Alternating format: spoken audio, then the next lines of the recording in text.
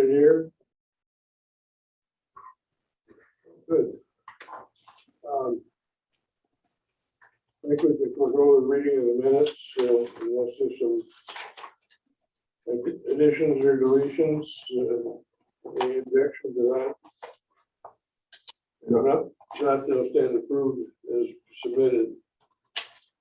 Mary Ann, you want to do your show? You bet.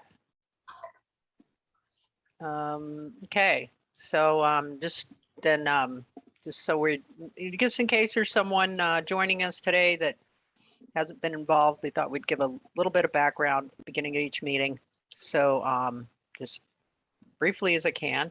In 2017, the residents of the Newman Lake Flood Control Zone District presented the Spokane County Board of Commissioners with a petition to appoint a Board of Appraisers to reconsider, revise, or reaffirm the classification and relative percentages of the parcels within the Flood Control Zone District under RCW 8609.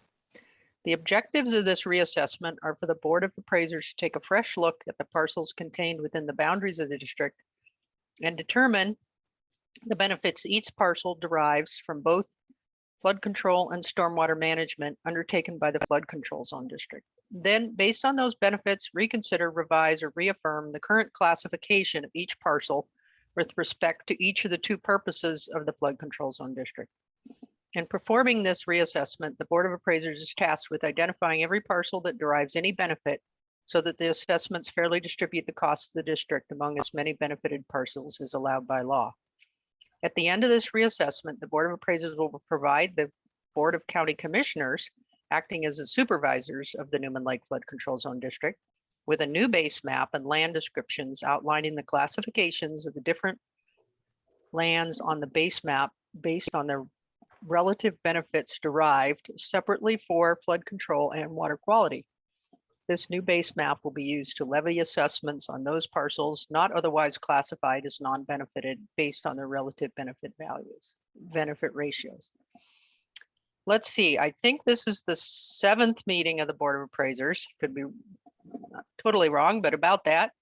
And so after kind of completing the first phase, collecting background information and visiting the Newman Lake area, they're beginning the process of kind of laying out where on the map they want to put the benefit areas and boundaries. And so that's what today is about. It's going to be kind of a workshop for them to work together and begin that process. So the public is welcome to provide input on this process. We're not accepting comment at the meeting today, but online at the Board of Appraisers website, they are welcome to submit any comments. So that's all I had. And I don't know, before you get started, if Matt Zerko wants to introduce himself there. Sure. Good morning. My name is Matt Zarakor. I'm the new county engineer. You probably worked with Chad Coles a little bit in the past. Mary Ann's getting me up to speed on what's going on with the Board of Appraisers. I want to thank you gentlemen for your work on this and your efforts to do a fair and equitable assessment of the properties there and come up with the new appraisals. And anyway, I'll just be working with Mary Ann getting up to speed. I just wanted to bounce in and say hi. And Mary Ann, I'll probably have to jump off here in about a half an hour to go to another meeting. But if you'd let me know when things are wrapping up, I'll come back and see how things turned out. Thank you. Yeah, thank you. Nice to meet you. Thank you. Brian, you had a comment? Yeah, Mary Ann, I have a question. There was a comment that came through in the last session that perhaps there were comments being put on the website that we weren't seeing. Are we seeing everything that's getting put on the website? Because I'm not looking at the website. I'm relying on the emails that you guys are sending and printing those out as all the comments. Yes, all the comments that are received are put together, kind of pasted together into that spreadsheets that you guys get. Okay, So, great. Yep, absolutely, every time. And we try to send them updated, even if the not just before the meetings, but to kind of keep them coming in during I'm not sure we've hit every week, but at least every couple of weeks you get an update with all of the comments. Thank you. Okay, let's go through the comments we've received to date. Just make sure we're not overlooking somebody's concerns. First one of the comments we received in September 22nd. I didn't like that, so I'll just listen. I wonder if Mary Ann can bring those up. You wanted to bring up on the screen I'm having a little bit of trouble hearing you. So if one of you could maybe speak more directly to what you wanted me to bring up, that would be great. Is the first person Ann 918 on the very top? No. Kelly.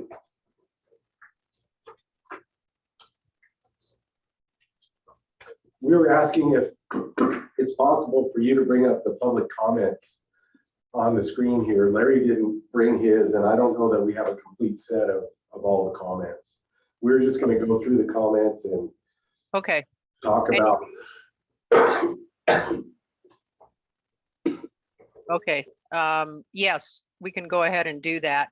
Now, do you want it started from the very beginning or just the last round? I don't know that we've pulled them all together, but we do have them all. And we could start at the beginning if you like. September 22nd was the first one I've got. And who is the name on that one? Kelly.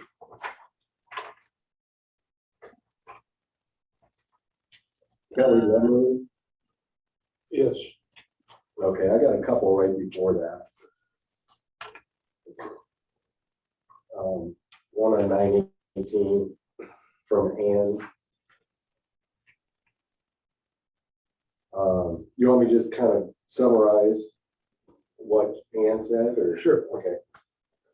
So she had said that, our findings and recommendations would have profound consequences. Talks about fair and equal. Several lake properties were being assessed at a fraction of what other similar properties were being assessed. Talked about a 100-acre Witherspoon estate, which was broken up into 10 parcels. Set very low assessments, $100 on some of those versus $1,100 on similar properties. Is she talking about the tax assessments or the assessments for the Newman Lake? Assessments for Newman Lake. And I think a lot of this has to do with the RCW, and it's going to be brought into our analysis as we go forward.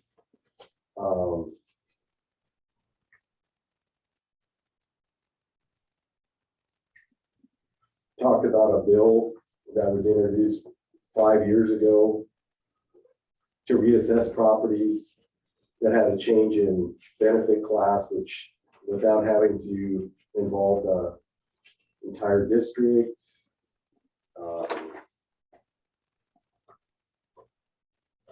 Many property owners were confused about the petition,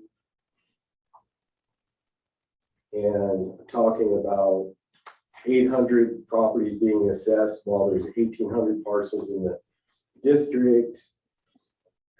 It goes on to talk about, again, fair and equal, inconsistencies in the assessment methods. And that large landowners with designated forest are exempt from being taxed.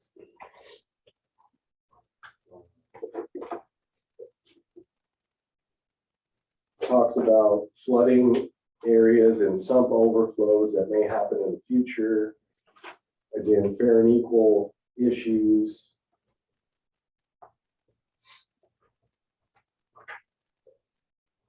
And in conclusion, she says, we hope that our brief but critical portion of the district history and information will help you proceed with your tasks in a meaningful way. We look forward to following your progress and wish you luck on your project for the Newman Lake Flood Control Zone District.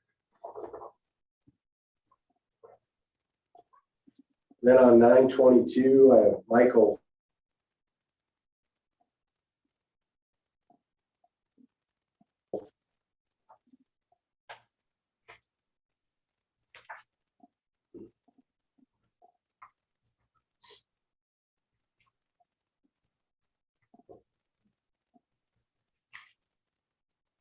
He made a comment that if your assessment goes down, you'll be happy. If it doesn't, you won't be happy. If the available pool for the revenue grows and the overall assessments go down, a lot of people will be happy. Well, that was a comment. Kelly just had a comment, appraisal. I'm not sure what that means. Whether or not Kelly would like a copy of our findings or what, I'm not sure. So who's the next one we have? I'd like to make a Okay. statement. Sure. Someone said something earlier about us appraising. We aren't doing any appraising. We aren't estimating values. Correct. And I'm not sure if that's clear to everybody. And what we are doing has nothing to do with taxes. Correct. We're strictly evaluating the benefits to individual properties, or properties as a group, broken down into individual categories for flood control and water quality. Mary Ann? Yes. Can you see the comments up on the screen? Is that share working okay?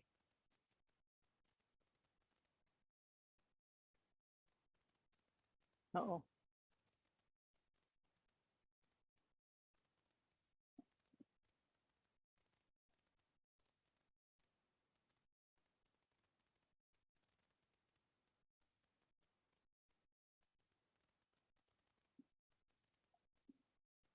Did we lose them, Ron?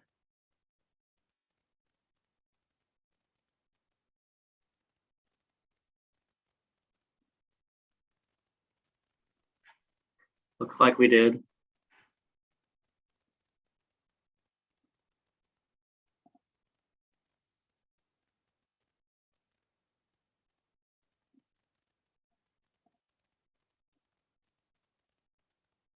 No, hopefully.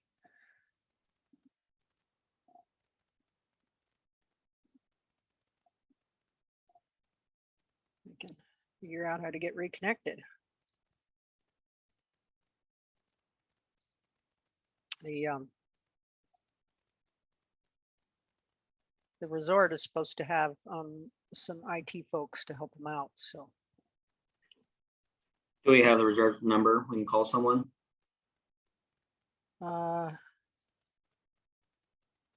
Jessica, can you maybe reach out just in case? Yeah, I can do that. Thanks.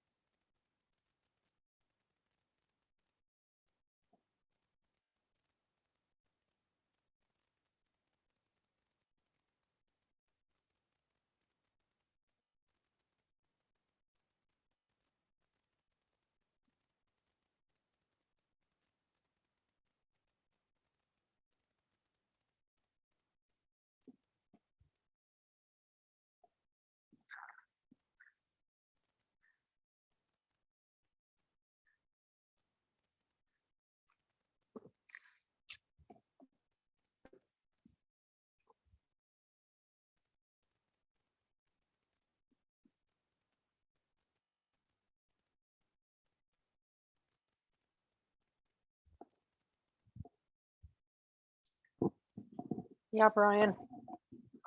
How's it go?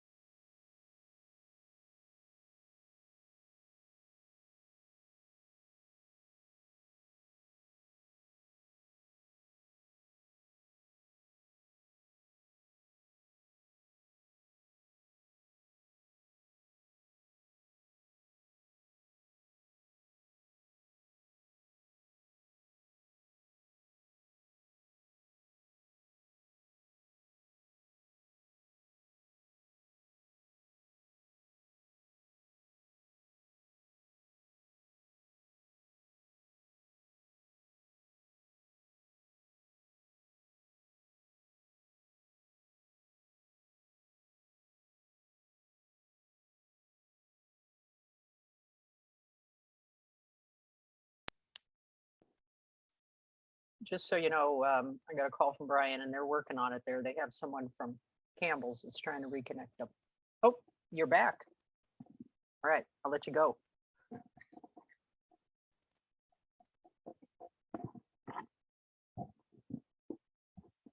Okay.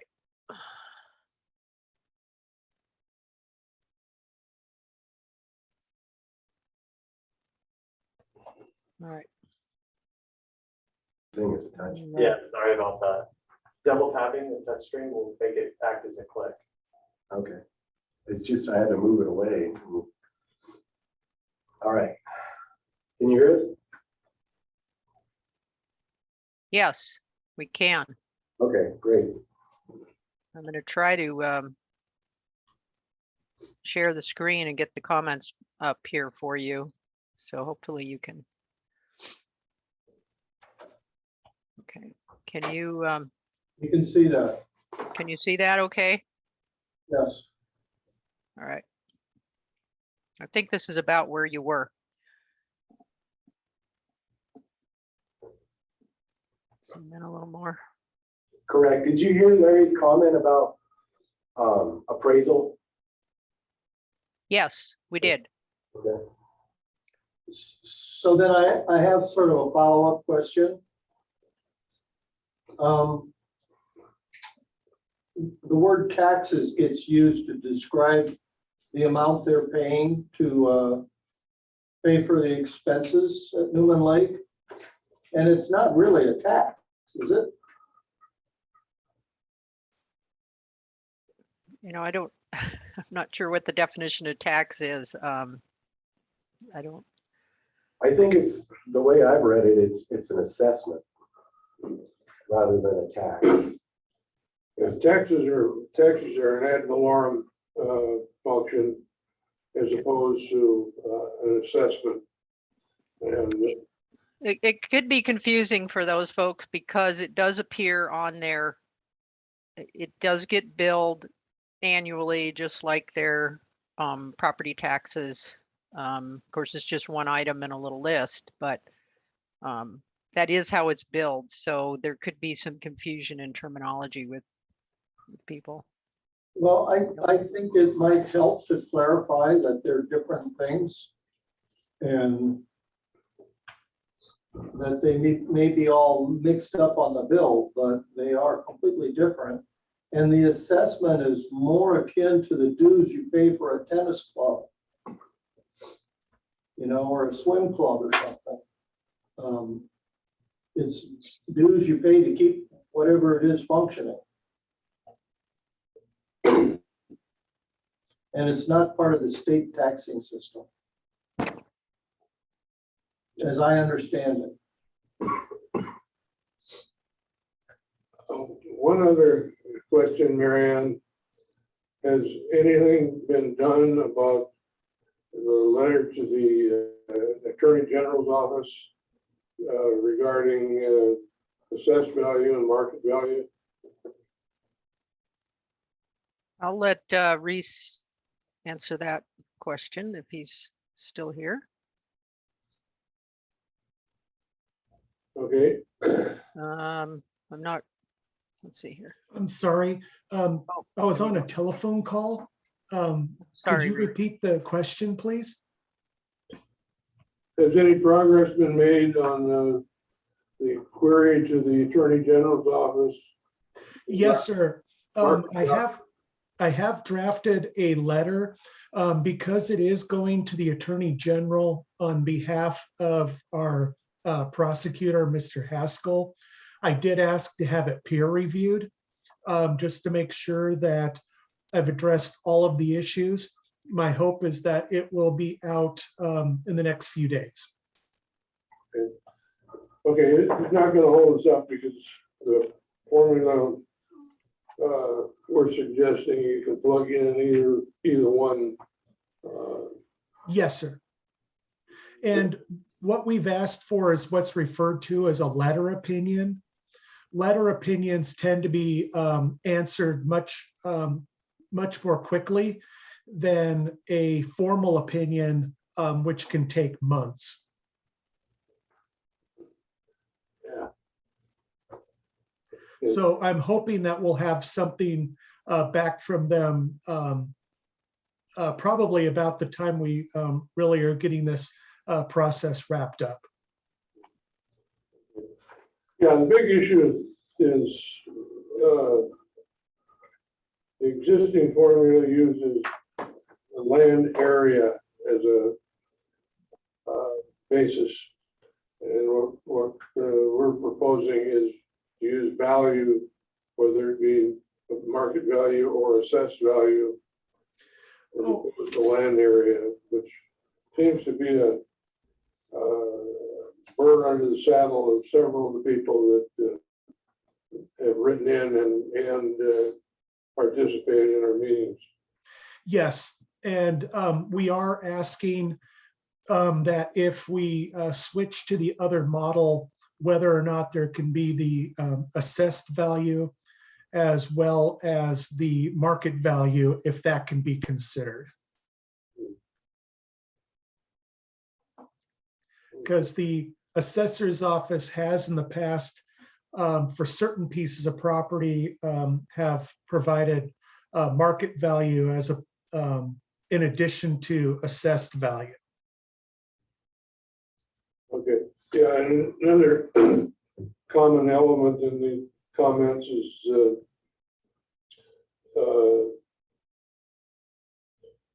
fact, well, based on the land areas said before, but in talking to the assessor's office, they split parcels have been brought up over and over again in the comments, and the assessor has split values available. One value for the waterfront, one value for the uplands. Yes. And that information is available. Brian, you want to keep going? Yeah, I still had another question for Reese. Maybe you covered it and I wasn't listening, but I think one of our questions was too on these current use properties like designated forest. People have made the comment that they're exempt from the lake assessment. Did your letter include that? I'm sorry, I'm having a little difficulty hearing you. Could you repeat that? Sure. Some concerns of people indicated that they believed designated forests and other current use properties are not subject to this assessment through the RCWs. Did your letter request to the Attorney General include a question of that? It did not, but I will revisit that when I'm getting again it peer reviewed. I will see if we need to add that in there as another question to pose to the Attorney General. Okay, Good point, Brian. okay. Do we want to peer review What do you mean? it? If he's having a peer review, some of the lawyers looking at it, Yeah, maybe they could run it past us. What do you think, asking about that? I'll go ahead and ask it. What do you think about that? Yeah, we'd like to take a look at the letter before you send it off. Okay, we can do that. Okay, and moving forward, going down the comments, we're down to Kimball. And that was submitted on 9/22, talking about 3 issues. That's better. Issue 1, where the structure is actually located. Issue 2 is the land being taxed on its actual value, where it lies in relationship to the district benefit classification. And number 3 is land use value versus market value. And I think Gary just brought this up, that this is a split parcel and current use issue. And like Gary said, the assessor has the ability to, whether or not it's current use or market value, they have the ability to split out the market value of the home and 1 acre on each property so that the assessment can be calculated correctly in where it lies, and not necessarily average it like a lot of the examples that have been provided are given. So I think we're taking this comment into consideration. Kimball submitted another comment, or is that the same comment? I think it's the same comment with, is it the same or not? It looks like it's an extension of the first comment. And it talks about the actual calculation, averaging versus where it lies, and market value versus land use value.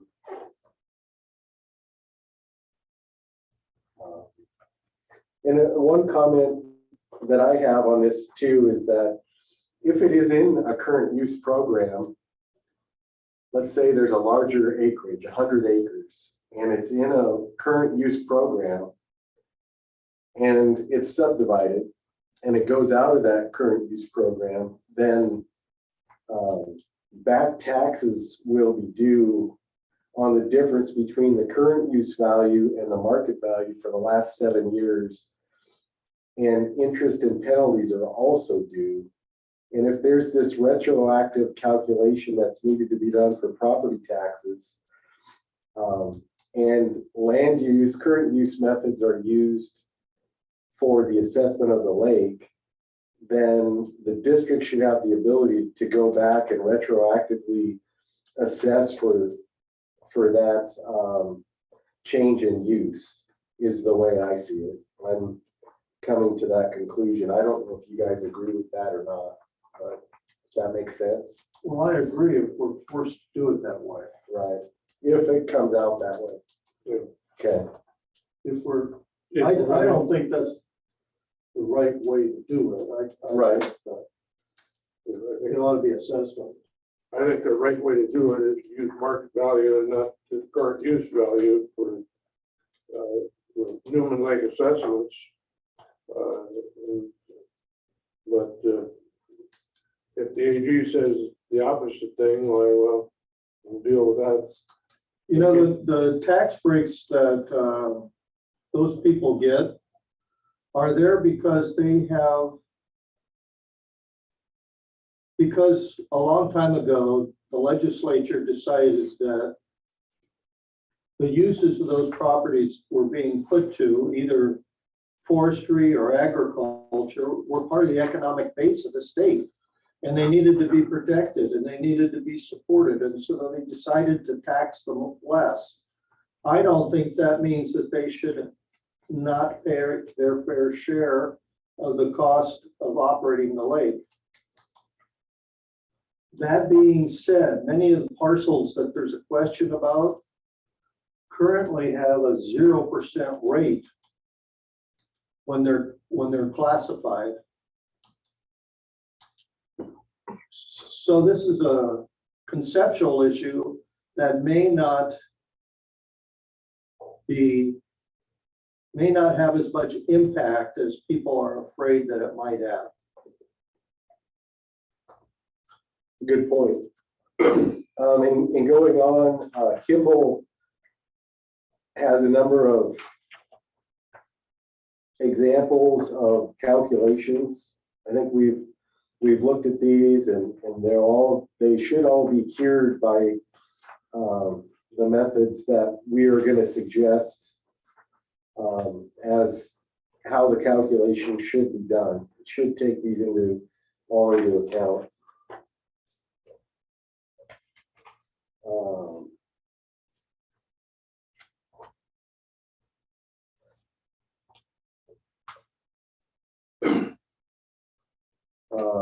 Tom made some comments. 770 people should not be paying for a public lake.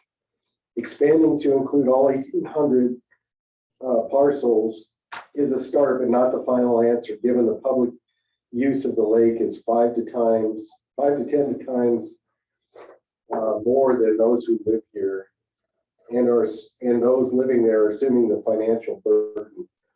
And do you guys want to comment on that one? Or I think it falls outside of.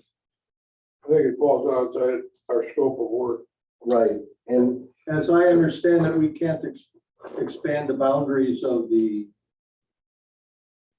benefit area. So we're helpless on this issue. that doesn't mean it's not an issue. To me, it just means that it's not part of this reassessment process and may have to be handled other ways.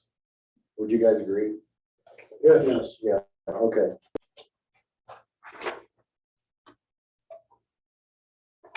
The next comment was from RAR.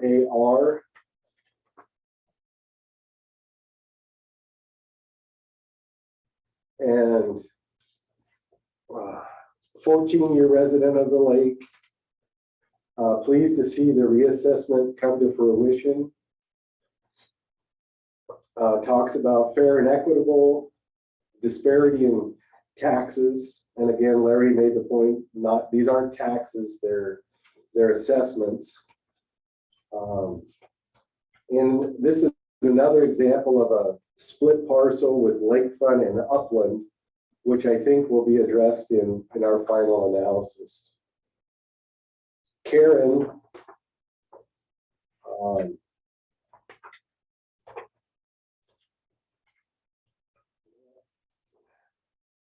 And 770 versus 1,800. is that another one on that? Yeah. Okay, talks about only a portion of the people, less than half the people paying for all of the parcels in the watershed. I guess a comment on that is we can't just make a blanket benefit that we need to include all the parcels. We need to include the parcels that are benefited and to what degree. So this comment is noted, and we'll take it into our account of our final findings. But we can't just make a blanket statement that, okay, we're gonna include all 1,800 parcels without justification. Wait, I have a question. Mhm. Where are those 1,800 parcels? Are they all within the boundary lines? Yes, yes, So are they saying that some of them aren't included because they've got a rating of 0? correct. Could you guys hear that? Okay. So, yeah, Larry makes a good point. They are included in the benefit map area. It's just that their benefit ratio is 0. So. Next comment is from Kim. Talking about taxation without representation, and that they had never voted on a tax since they purchased the property. It's an unfair assessment, and that people with much more valuable homes pay a lot less than what they pay. And again, I think this comes down to split parcels and averaging values, which should be taken care of in our calculation. Well, they could be in different zones too. Two neighbors could be in different zones. And that could cause it. True. Mary Ann, do you think people understand the fact that the different zones pay different amounts? You're muted.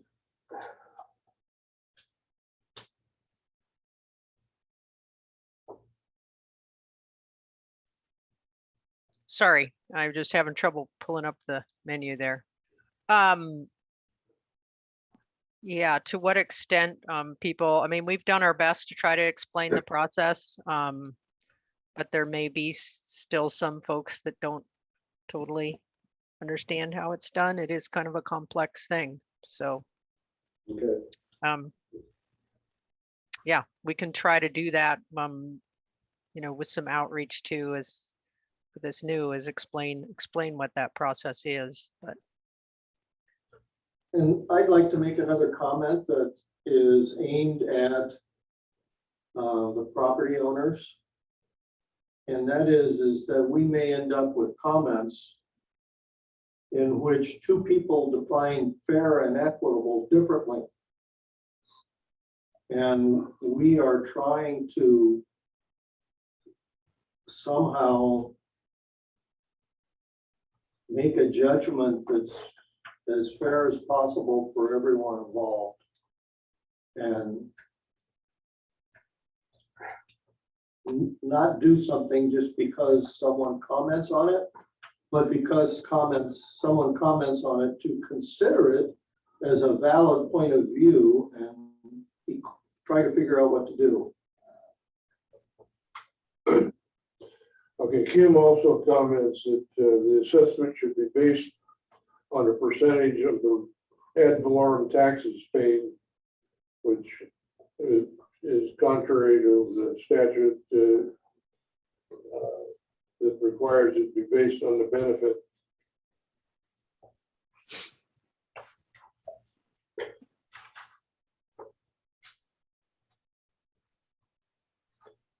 Good point.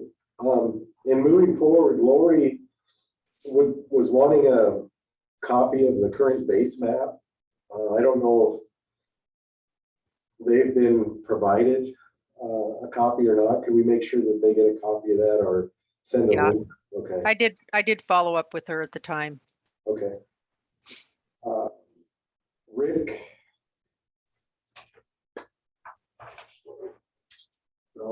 Talks about, wonders about whether or not certain properties should be exempt from regular property tax levies. To determine if those downstream are benefiting from flood control, and make sure that they're included in the program.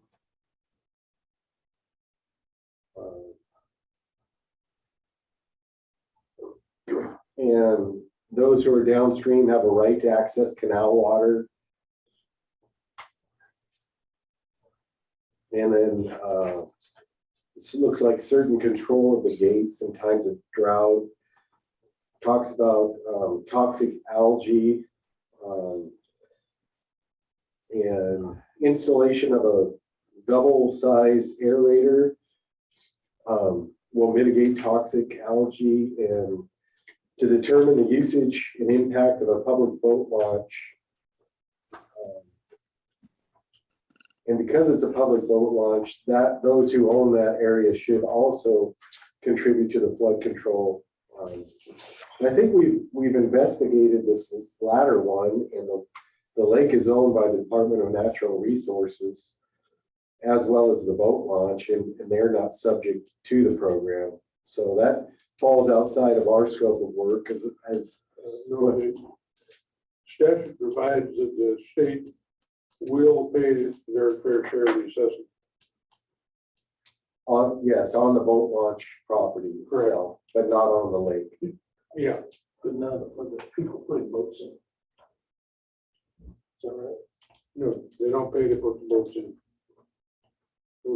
Several of the people have commented that folks using the boat launch should pay a launching fee. But again, that's beyond our scope. Right, and I think the talking about the toxic algae and the size of the aerator, those are outside of our scope of work as well, for the most part. So that takes care of the first set of comments. What's the next one you have? 1018? 1018. Lori asked about current assessment maps. Did she get a copy of that? Do you know, Marianne?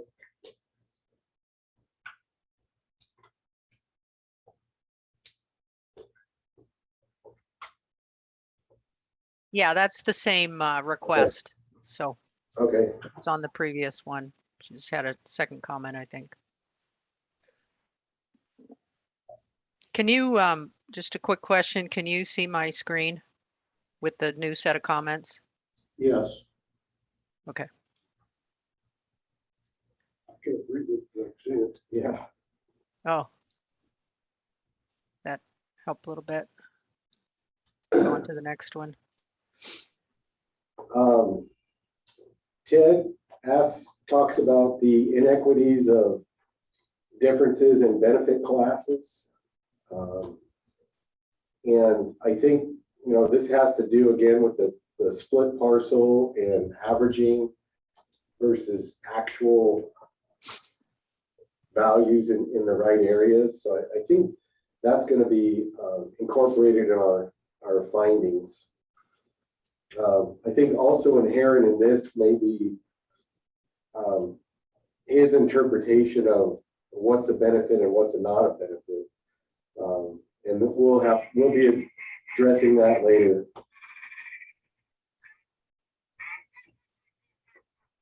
Lynn.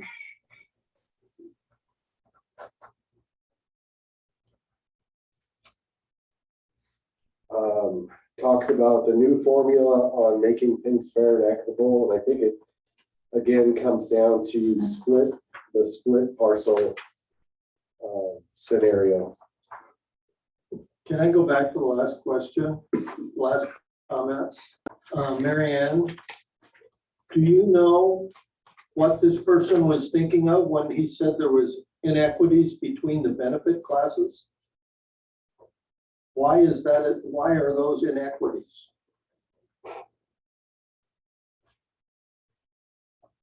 Thought maybe you talked with them or had some input. Okay. Sorry. No, I didn't specifically, and I didn't look at the particular parcels or anything. So I don't know. I think there's always going to be people that disagree about whether you're in the 5% classification or the 50% classification, but no matter what we end up doing, some people are gonna be unhappy and some are gonna be happy. You can't satisfy everybody all the time. Some people try to. So it's occurred to me that after we make the agents, that they ought to be disseminated and get feedback in case we screw up on property too. So that makes sense. Well, I think when we present it to the commissioners, those kind of things are gonna come up and there probably will be some adjustments. The next submittal was from Dennis, and it's quite lengthy. I've read it before, I've made a few notes on it.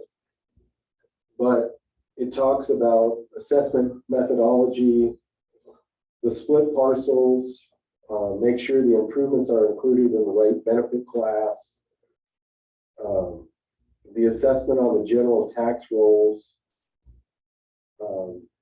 and that the benefit should apply to land and improvements. Talks about taxable versus market value, which, like we said earlier, is under legal opinion or review. And then he cites numerous examples of properties where there could be inequities. I haven't gone through each one of these, but I think our methodology we're going to come up with are going to handle most of these issues and should take care of it. That was from Dennis. That was from Dennis. Yeah, at one point he makes it, we brought up, we were talking about quite a bit, is using value as opposed to land area.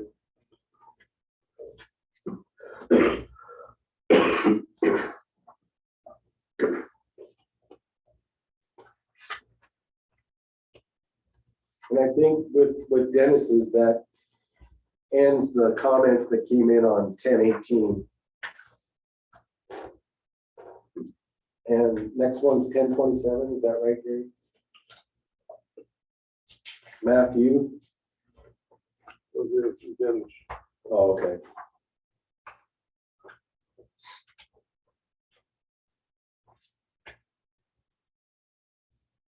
That's the last one I had in that group. Okay. I may have missed one. So, yeah, that was it on that group. 1027 is the next one, I think. No, I don't have that. Oh, you don't? Okay. So on 1027, Matthew submitted a comment about the simplest way would be to divide the budget by the number of parcels and everybody pays the same amount. And based on my understanding of the RCW and our requirement of coming up with different benefit classes, this is not an option for us in this process. You know, it may be something that somebody may want to consider in the future, but as far as our role goes, it's not even an option. Would you guys agree? I agree. Okay. Yeah, it's totally contrary to the statute. Lori.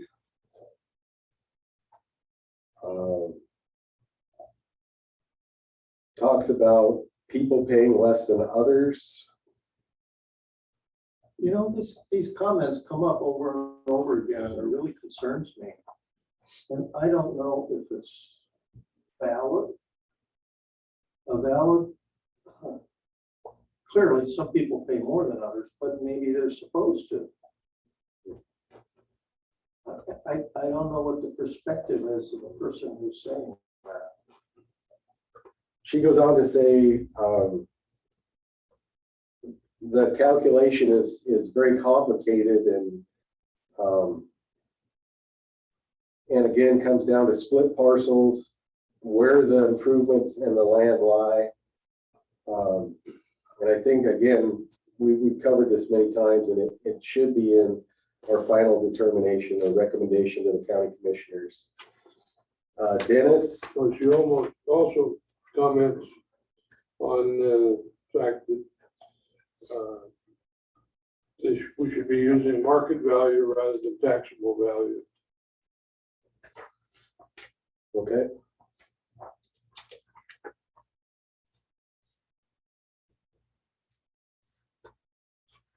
Dennis brings up another listing of 11 of the split classification parcels. And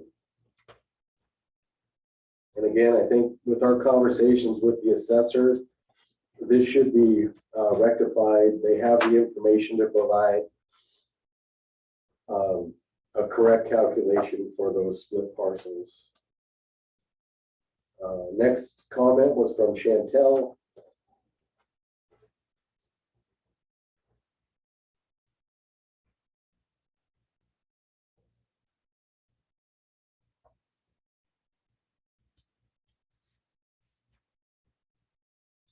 Talking about the cost of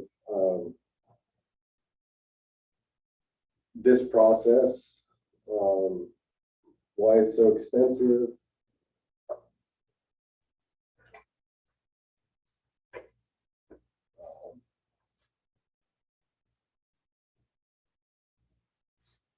Not being for or against the proposed reallocation of tax. Supporting benefit classifications to reflect fair and equitable benefits. Not opposed to paying more if appropriate.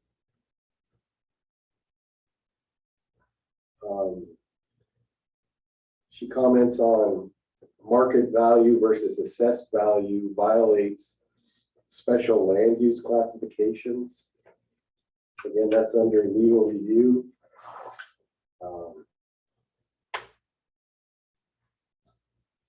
Also, under review is whether or not these current use properties are exempt from lake assessments. Say that for again. Whether or not, under review is whether or not the current use properties are exempt from lake assessments, flood control, and water quality assessments. Well, yeah, could they do so? Again, I think the statute's pretty clear on that. It authorizes a benefit calculation. Correct.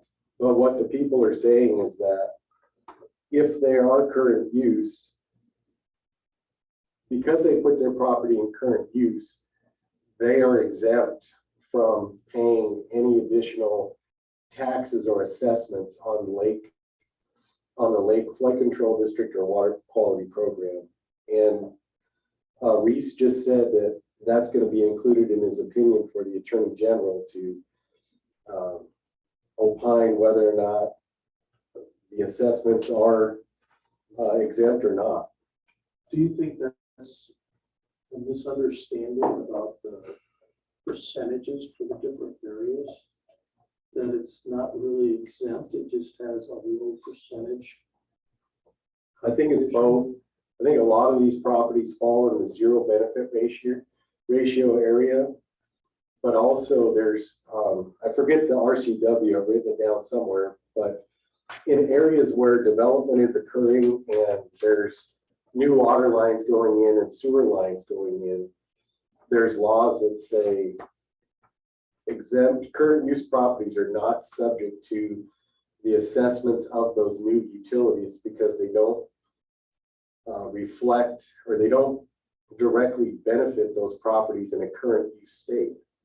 But that being said, if the properties are taken out of current use and then benefited by these improvements, they are subject to paying for those improvements or the assessments for those improvements, and possibly penalties and interest from the time those improvements went in and when the property was taken out of current use.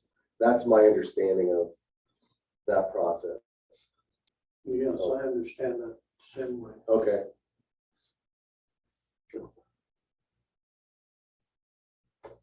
And I think I commented before that I explored doing that on our property. Mhm. Have you done it on yours? No, Would yours qualify? no, well, if we had it in current use, but we don't have, we only have a small part of our property in current use. And it won't be coming out anytime soon, so. If I may interrupt for just one moment. Sure.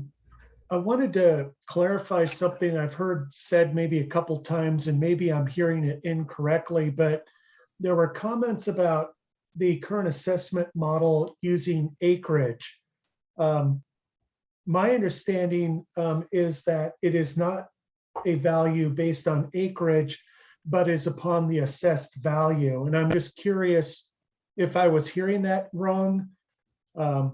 But it is based on assessed value, not acreage. The current formula divides the split parcels based on acreage. In other words, if a 10-acre parcel, excuse me, has 1 acre of lake frontage and 9 acres of on the other side of the road, the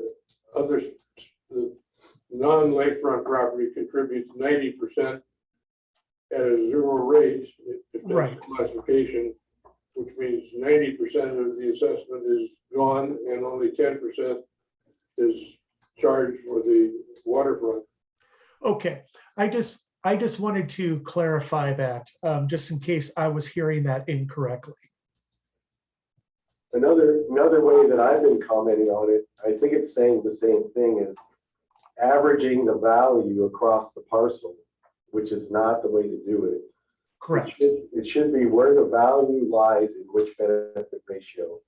I think it is where we agree it should all end up being, and it's going to result in a different formula for calculation. That's where we're all headed, aren't we? Yeah, and presented a revised formula a couple meetings ago that addresses either market value or assessed value, whichever Yes. is deemed the proper way to do it. Thank you.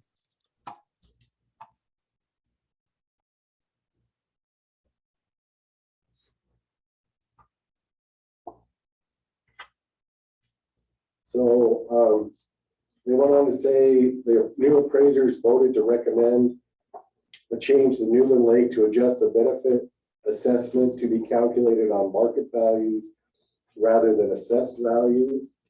We did make that recommendation, but it is under review again, so it's not final yet.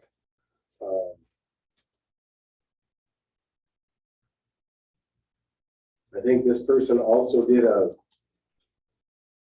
assessment calculation based on using market value on their property, which is fine. That assumes that all the benefit ratio areas are going to remain the same, and I think that's misleading.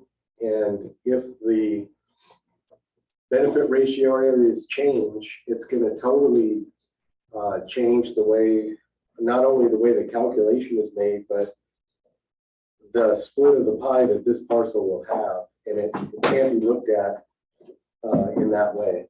So I think Gary just stepped out. Should we wait till he comes back? Can we take a short break?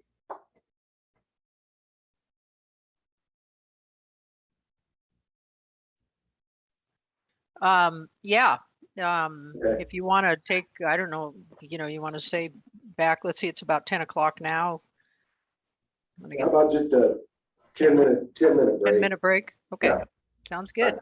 Thank you. You want some more Can coffee? you turn off our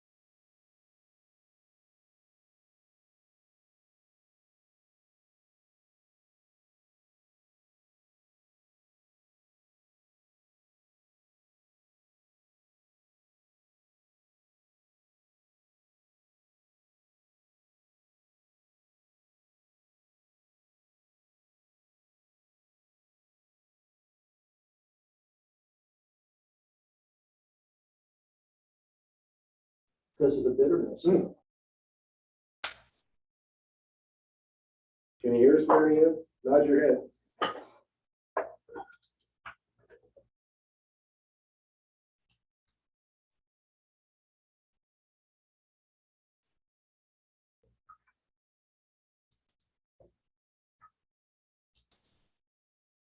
We're ready.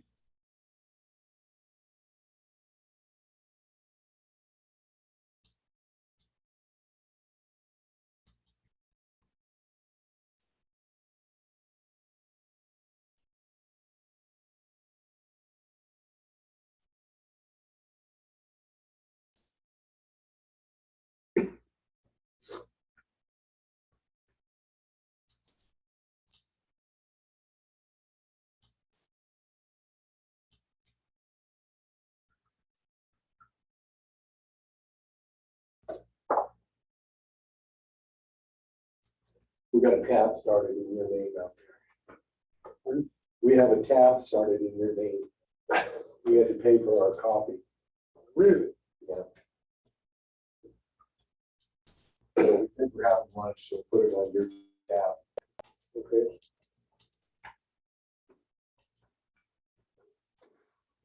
Hi, Mary Ann, can you hear us? Yes. Okay. You haven't made any more strange phone calls, have you? I'm sorry. I couldn't hear you. I think you haven't made any more strange phone calls. No, no. No, that was odd, wasn't it? Yeah, I was just leaving Spokane when that rang. I had to find a place to pull over to call you back.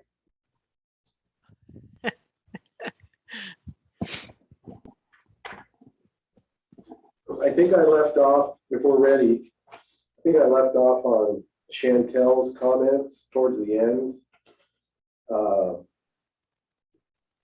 And again, she ran numerous calculations on the current assessments and benefit ratios. We're talking about split parcels. I think we've covered that. And then kind of concludes, she doesn't mind paying additional tax as long as it's fair and equitable. So I think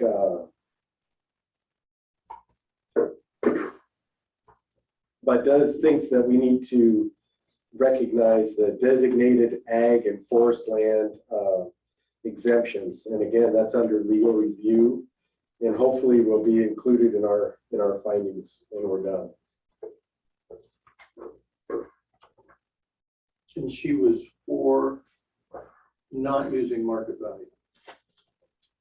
Correct. Yeah. She said that these the Forest Service or forest classification provides an overall environmental benefit to the community. Well, I disagree with that. It's, her classification provides a savings to her and the. Do you have Juanita? The next one I have is on 11/10, and that's Lauren. What date was Anita? 11/15. So I've got one on 11/10. Let's see here. One on 11/2. Yeah, let's see here. That's what I have next. Is this one that's up on the screen? It starts out 11/2. But let's see here. And then the next one after that. Yeah, I've got the. Next one after that starts out 11/10. Yes. All right. Well, should we look at that 11/2? It looks familiar to me, like.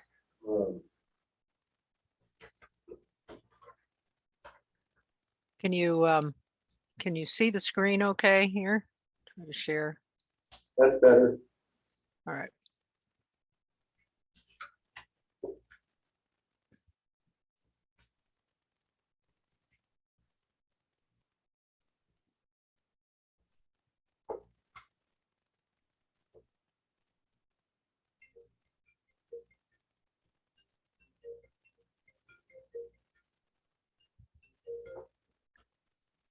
can read it.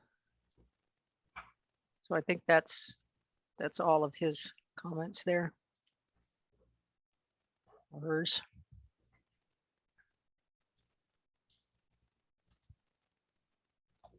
So it looks like they talk about flood control is important, but water quality is more important.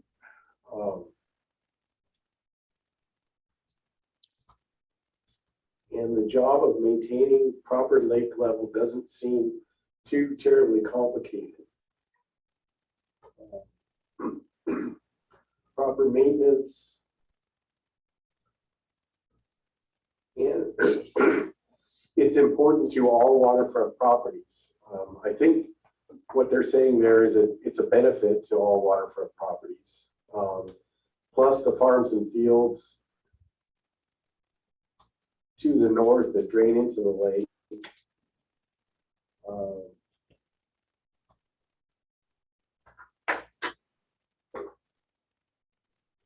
And then it moves on to water quality.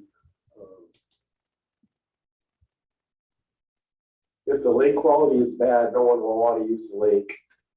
So I interpret that as, a cleaner lake is a benefit to, those that use and enjoy the lake.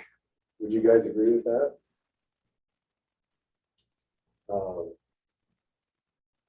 It's affected by properties which are of those surrounding the lake, as well as including waterfront, uphill, secondaries, and farmlands that shed water into the lake. And I think that transitions into causation, which is not something that we're looking at. We had talked about it, but I think it's been determined that this study is based on benefits and not causation. So I think that needs to be understood. I think it's pretty clear that causation is an obvious consideration, but we are prevented from considering it when we're estimating benefits. Agreed. Yeah. Yes. Okay, I think we're done with that. That one. Let's see here. Wait a second here. Sorry. Oh, does it go on? Sorry. Let's see here. Sure. Okay. So this next one is Beth here. And then got that. I'll skip to the next page. We're ready. All right.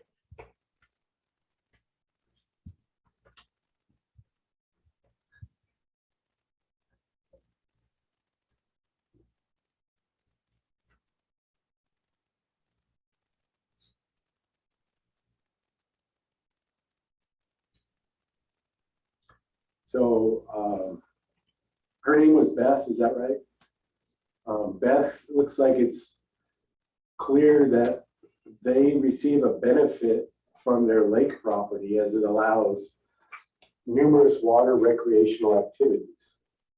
And I think that can apply to both flood and water quality benefits. And that controlling the lake level allows for docks, dock management, and lake access.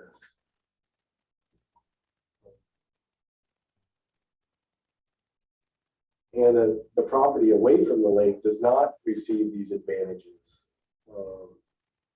Talks about noisy days with drag boats, jet skis, and other nuisances, and snowmobiles in the winter.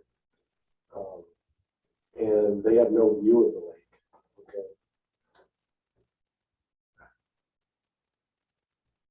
I don't mind the sound of the boats.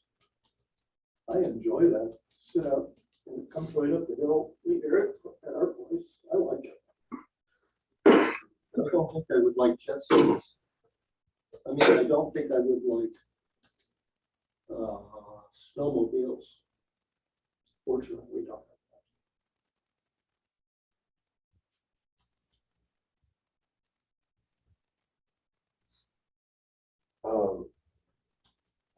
I don't don't really have any comment on that next section. I think they're questioning whether or not lake views are a benefit or not.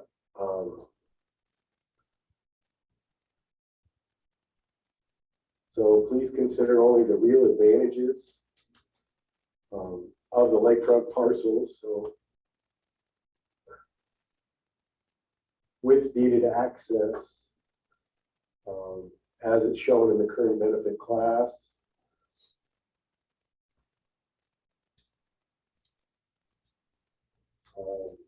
It looks like this flood control district is, in their opinion, served the needs well to make the lake a special place everybody enjoys. The public lunch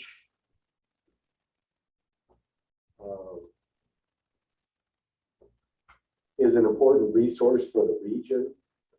Residents of the watershed have no special access and enjoy no special privileges for the use of the lake. That seems reasonable.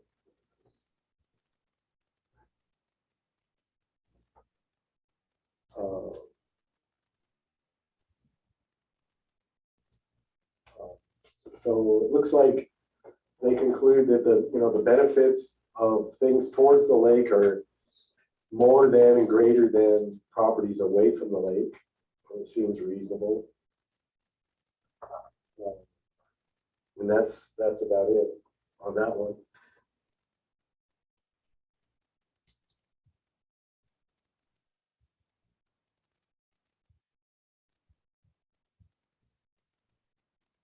What is that? This is Juanita Richardson, 11-4. Okay. Reviewing an email sent from Derek and presenting testimony about the benefits. What is the district's definition of water quality? I would like to know if the benefit is valued differently at different percentages for water quality of individual parcels. I think the answer to that question is yes, and that's how the benefit ratios work. Different ratios are applied to different properties, resulting in different assessments. What is the definition of flood control as it relates to my parcel? Where does the money come from to pay the assessment fees for flood control for roads that are in the Newman Lake area? The tree does not pay any assessment. She doesn't? No, she says, receive no benefit and currently do not pay the benefit assessment for the flood control. And she may be out of the flood, maybe out of in a zero benefit ratio area. I don't know her parcel. And I can't answer number 4 other than I don't think there are any fees paid by those properties that are roads. One, if a road has a zero assessment, the calculation would be 0. And 2, I don't think Spokane County, if they own the road, pays a special assessment for that road. If a road were within a larger parcel, private parcel, that fee would be included in that parcel based on their assessment and their benefit ratio. And perhaps, Mary Ann, you could follow up with her and answer number 1 with, what's the district's definition of water quality as it relates to their parcels. I'm not sure what that question is asking. I think we know what water quality the county does with the leadership and the management and the infrastructure that's in place and the operations. I mean, we understand what the county does. As it relates to her parcels, I'm not sure I follow that question. Well, doesn't water quality concern itself with trying to control the algae bloom? Isn't that what the water quality is talking about? Algae and milfoil, yeah. all that. Yeah, all that stuff. There are water quality issues it's not talking about because it's not concerned with causes. For example, the sewage systems. Sewage systems would cause a big problem. Okay, that's a causation. And item. that's a causation which we can't consider. Right. Great. Okay, unless anybody else has any questions on this one, I think we're done with that one, Mary Ann. Okay. All right, so we've done through 11.8. Yeah, Michael. And so this is the What do you think about building up one of these next one here. sewer districts, zones of districts? It sounds like some people don't understand. I think for what we're doing now, maybe we finish this and then maybe go to that. So did you say there was one on 11.8 or do we go to 11.10? 11:15, Michael. We have 11, Lauren. Yeah, so this is the next in order. We completed all the ones in the file dated 11.8. Okay, And so this is on to the next file, which is dated, I think, let's see here, 11:15. So these are comments received up until 11:15 since the Okay. previous one. these are from Lauren.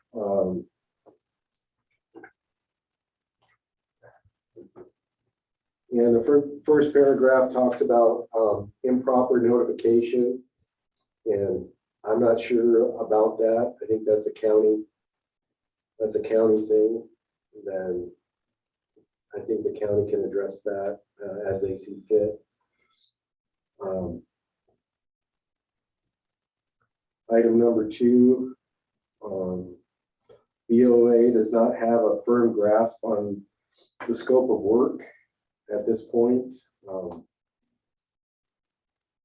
And states what the RCW says shall reconsider, revise, reaffirm the classifications. And I think that goes along with what you said in the opening part of the meeting, Mary Ann. And that he believes that any motions or efforts to alter the basic premise of the district assessments based on benefits only, or to alter methods utilized to determine property values for assessment calculations is not proper or legal. So again, a lot of these things are up for legal interpretation, and hopefully we'll have an answer on that and address it properly at that time. There is a question though. He refers to the flood control district being set up as RCW 8609-152, which is no longer in effect. And I think it's now a new RCW. And so, you know, a question that I have is, should 8609 be considered? If it's no longer in effect, is that considered? Or is the intent of 8609, should that be considered? So that might be a question for Reese in the future. I think it was replaced. And that's my interpretation, but I guess I'd like help on that too.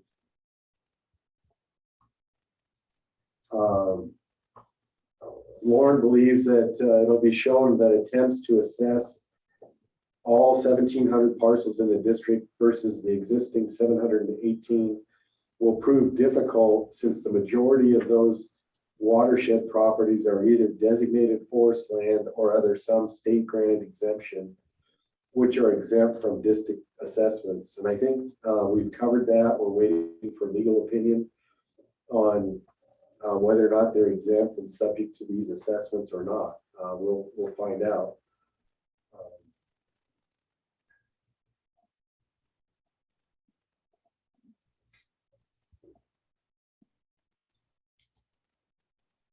And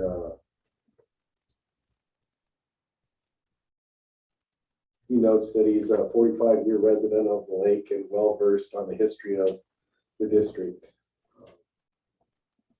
The next comment is Chantel.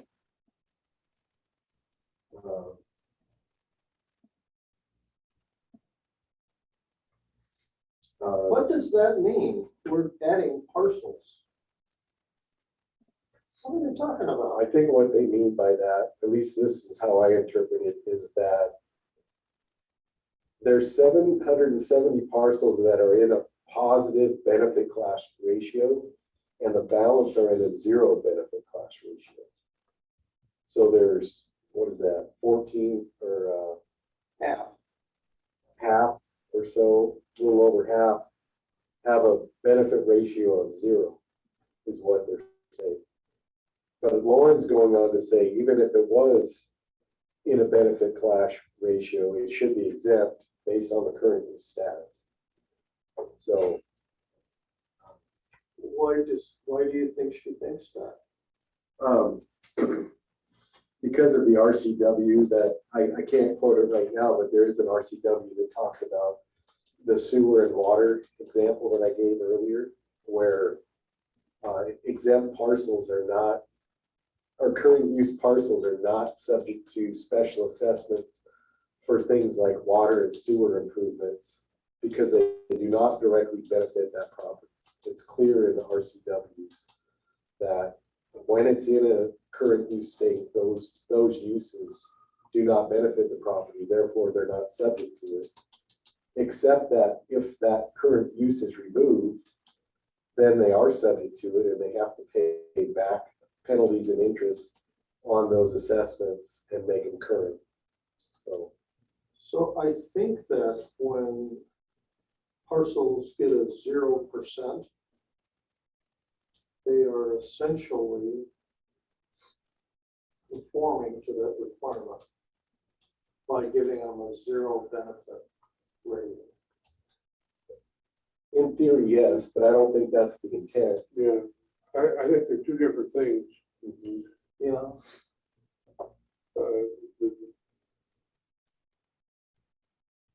The zero benefit isn't going to change because if it's reclassified, it's still going to be zero benefit. That's true. It's effectively the same thing, but it's actually not. Yeah, probably. That's probably why it's confusing. Is that it on that one for you? Yeah. Okay. Back to Chantel. If we're considering adding parcels, specifically those designated forest lands, expand on and explain why. And I think my answer to that is that we're going to expand. We're going to consider benefit ratios on all parcels regardless of their tax status. And that's our role in this, and we'll let the county commissioners and the legal authorities determine whether or not these properties are exempt. Because our job is to determine the benefit ratio to all properties in the flood control district. Yeah, exactly. Okay.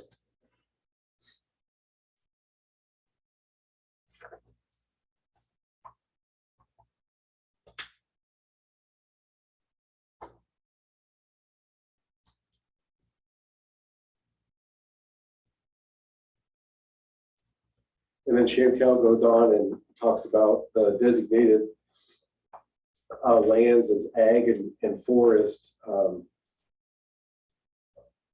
do produce crops and timber and other ag things and enhance the economic viability of the state. We do not disagree with that. That's why they get a tax break. Exactly. That's why there's a tax break. And it's a tax break, it's a tax deferral program that, again, once it's removed from that program, back taxes need to be paid and penalties and interest along with that. So it's kind of this ongoing tax savings program while it remains in that use. But that use may be separate and different from the benefits that these parcels receive from the flood control district and including water quality. So we're considering all of that. You know, the one place where that seems to be, might end up being a controversial issue is the parcels below the lake. Those are in a floodplain. I don't know if they are or not, but those could be in a special use area. But boy, do they have a benefit. And I think the previous maps have shown that those areas have a benefit, you know.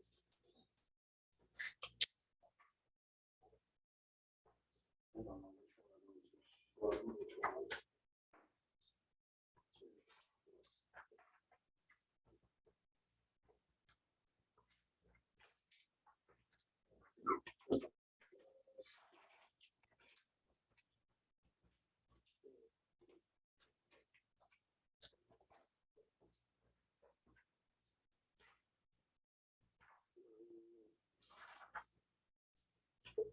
The next, you guys ready to move on? Next one? Yep. Okay, Juanita submitted that she had lived at the lake for 63 years and volunteered on many water quality and watershed committees. Even though her parcels are above the lake level and do not have access, she believes that she receives no benefit and do not pay into the benefit assessment for Newman Lake. But she says that her parcels help the survival of Newman Lake, which depends on spring runoff and water from the streams in the upper watershed, and especially from the lands that are in the current use classifications. Those forest lands provide much needed water to maintain the water level for the lake. Looks like Newman Lake is normally shallow. Without the water, there would be no lake. It would just be a mud hole, quoting her. So those are cause issues, are they not? Well, she's interpreting those as a benefit to the lake by providing water, providing the source of water to the lake. I'm not quite following the. But that causes the water quality to be better than it would be otherwise. Mhm. It's kind of like inverse pollution. I guess it depends on which parcels we're talking about, and because you could have. It's the farmland on the north end of the lake. And it acts as a filter. All this stuff around Thompson Creek and the fire station down there. And it benefits the lake, and she shouldn't be charged for a flood control benefit. But Okay. I think she shouldn't be charged for a flood control benefit if she does flood. Yeah, and it might be a. The dam doesn't affect her as far as I can tell. Yeah, it's a complicated comment. And like Gary says, the Thompson, these lowland farm fields help filter spring runoff, and that keeps the phosphorus levels down in the lake. So she's saying that this is a benefit to the lake overall, and that perhaps the water quality, the county would have to have higher water quality standards if these parcels weren't here. So Maybe we should talk to God about that.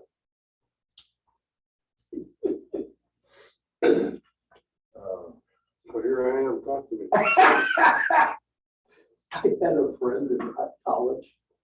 Every time someone swore, said Jesus Christ, he'd say, yes, yes.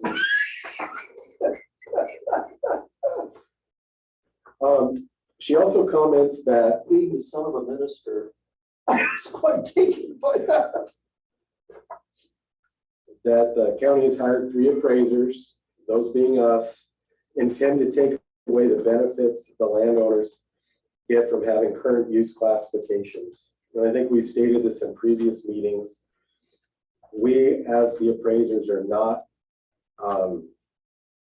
taking away anybody's rights on current use, designated forest, designated ag, or anything like that. None of that will change with regard to property taxes and the benefits they receive from that. We're not asking the county to change that. Do you think that's part of the concern? Is that they think we're trying to get rid of that exemption? Well, I think problem with it is there's the confusion between taxes and assessments. We're not dealing with taxes in any way, shape, or form. But in a lot of these letters, they use the terms assessment and taxes interchangeable. Yeah, I see that. She goes on to say, this is interesting, that no one has ever asked her if she would volunteer and donate money to the yearly budget, which apparently is allowed under RCW 8615.165, allows for voluntary assessments. And, you know, perhaps that's a funding source that can be considered, but I think it's independent of what we're doing with benefit class ratios and supplemental to that. I think our goal is to help split the pie of the budget for flood control and water quality. And if volunteer donations make that pie smaller, I think our calculations are the same. That's the way that I would see Yeah, it. I totally agree, Brian. Okay. It's beyond the scope of what we're doing. Okay. Next comment was from Michael. 3rd generation waterfront property owner, served on the board, volunteered for many projects.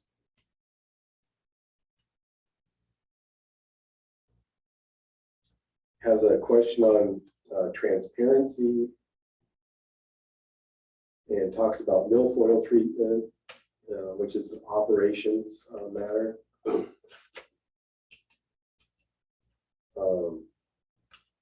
Water quality issues.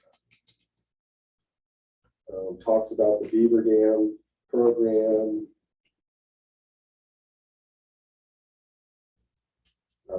Recommends sewer be bought out from Otis Orchards. I think many of these comments have to do with operations and not necessarily what our role is. Yeah, they don't have much to do with what we're doing.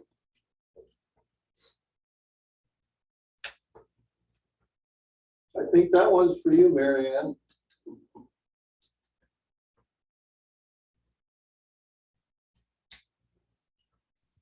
He does. I'm sorry, which, oh, the comments you mean? Yeah, that last comment. Stop my finger. He does refer to, though, the economic value of a thriving and healthy recreational asset could be lost.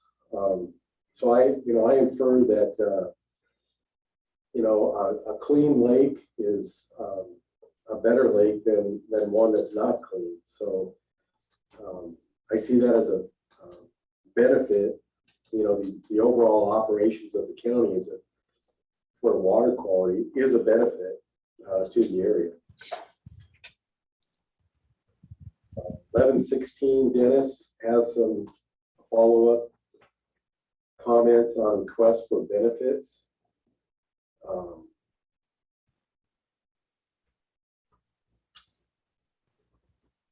He believes there should be two scopes, one for flood control, one for water quality. And I think that's the way we're looking at it, not combining the two.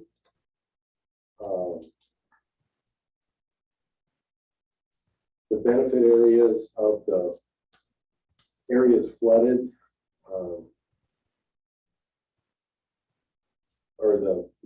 should reflect those areas that are actually flooded. Well, are the waterfront houses subject to flooding? Well, I think they're subject to lake levels that vary as they go up and down. And one of the goals of the dam is to keep the lake at certain levels, which minimizes erosion and other things like that. So from a flood perspective, there is a benefit, in my opinion, there to maintaining or moderating a lake level. So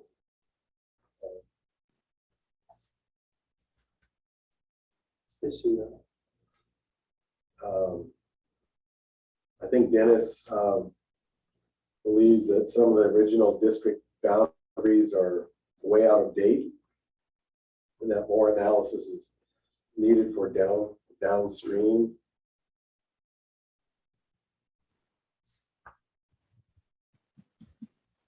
Mary Ann, there's a sentence in here that says that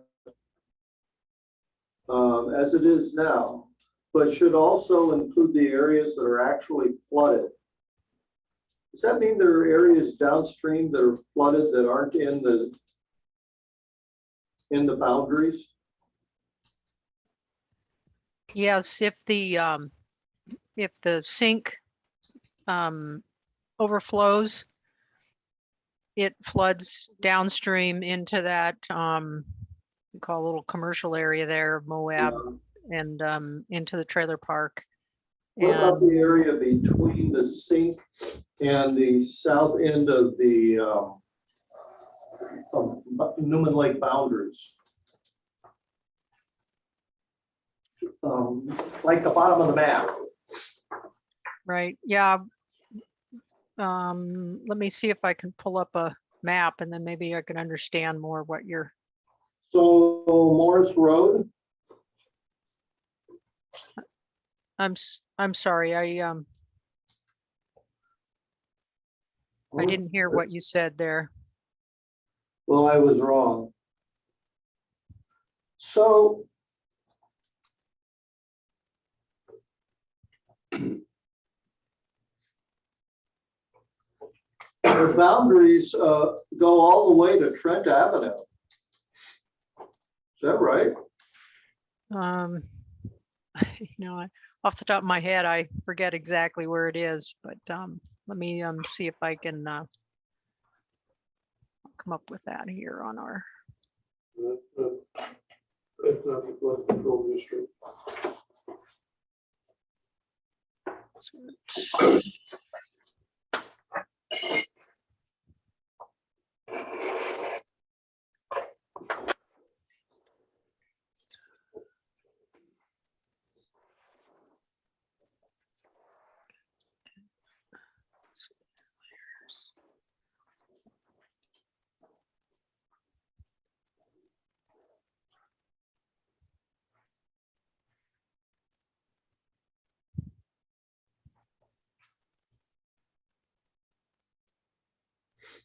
Okay. Let's see. Okay, so I think that boundary goes. Let's see here. That purple boundary goes all the way to Trent Avenue, down by the sink. And Let's see. Okay, so if we pull out a little, so this is the boundary of the district right here. And this is Trent right here. So it does in a portion, but when this is the sink, here, I'll turn the aerial on, that might help too here. I don't know, can you see my screen with the map or not? I'm not sure what I'm No, sharing here. we see the comments. Oh, okay.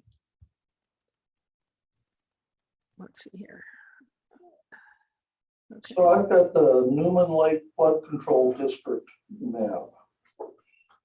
Okay, can you see it now? The, I now see a parcel map, okay. a parcel map. And I do see the Let's see sink. here.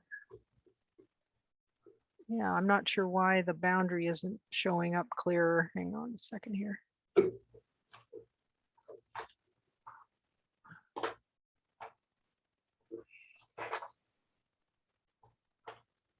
See if that helps.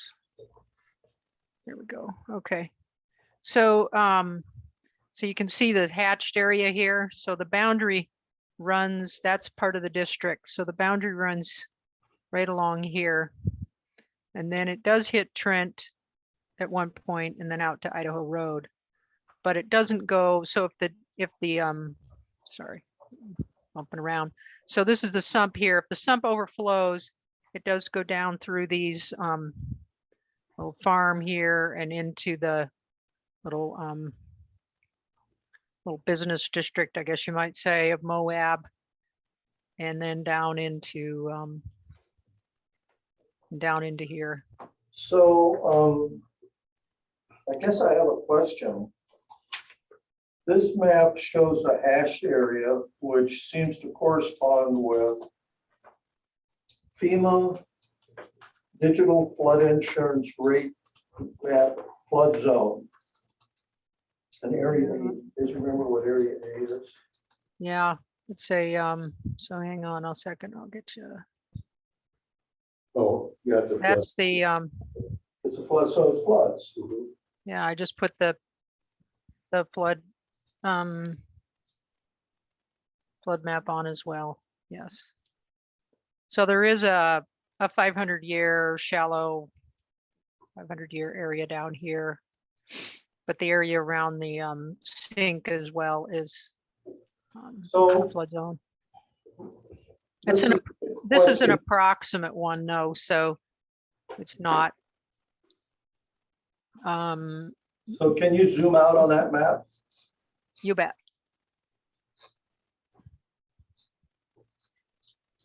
There you go. One more. Now you see that hatched area that is blue, that's all flood control. It's all within the boundaries, but much of it doesn't have a benefit area associated with it, I don't think. Right, so what I have, the layer I have on right now is the flood control benefit area. So the hatching is the 0% benefit. And then the shading, here's some light blue shading and the pink shading. That is the, That's those are the benefit areas. So if we go up around the lake here. so you I can guess see. my question is why is it that so much of this shaded area within the flood zone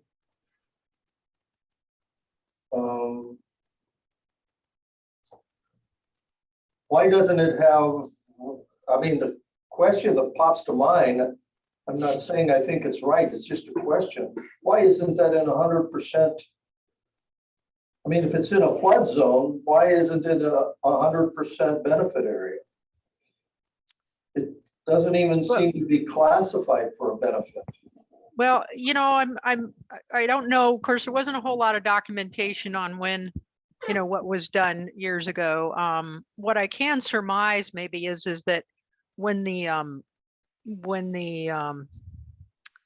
Soil Conservation Service did the upgrades to the facilities, the outlet gate, the outlet channel, the sink, it was designed to control a 100-year event flood. So I think that they thought that, again, I'm surmising, but that it would not flood except in real extreme events. But also you will note that even the areas that did flood, like the sink, are also non-benefited. So, you know, some of that gets down to a what's causing it to, I would say, in that And does the county? those areas are not naturally flooded. So if it wasn't for the fact that the lake level and the, you know, in the areas around the lake had the control, then the water wouldn't be down there to begin with. It would So you're saying remain that within that. if there was no dam, those areas wouldn't flood?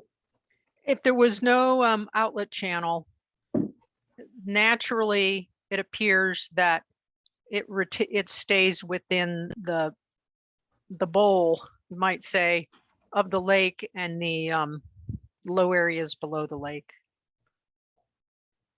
So that might have been part of, I don't know exactly. I'm just throwing out some thoughts on that you might want to consider. You know, I'm a little bit of a geology buff. I've read on it. And so I look at that and those all look like soils from the bottom of a lake all the way down through there. And maybe I just know enough to be dangerous or know enough to ask questions, but don't know the answers to the questions. So But this I drove that area and I looked at all those properties. And it looks to me like those are properties that would be subjected to flood. So the channel that runs down here is man-made. Yes. And that prevents those areas from flooding. It reduces, in a way, it reduces the flooding around the lake and directs the outflow water into the sink for infiltration.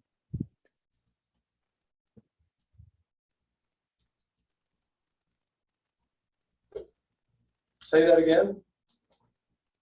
So the fact that that channel is there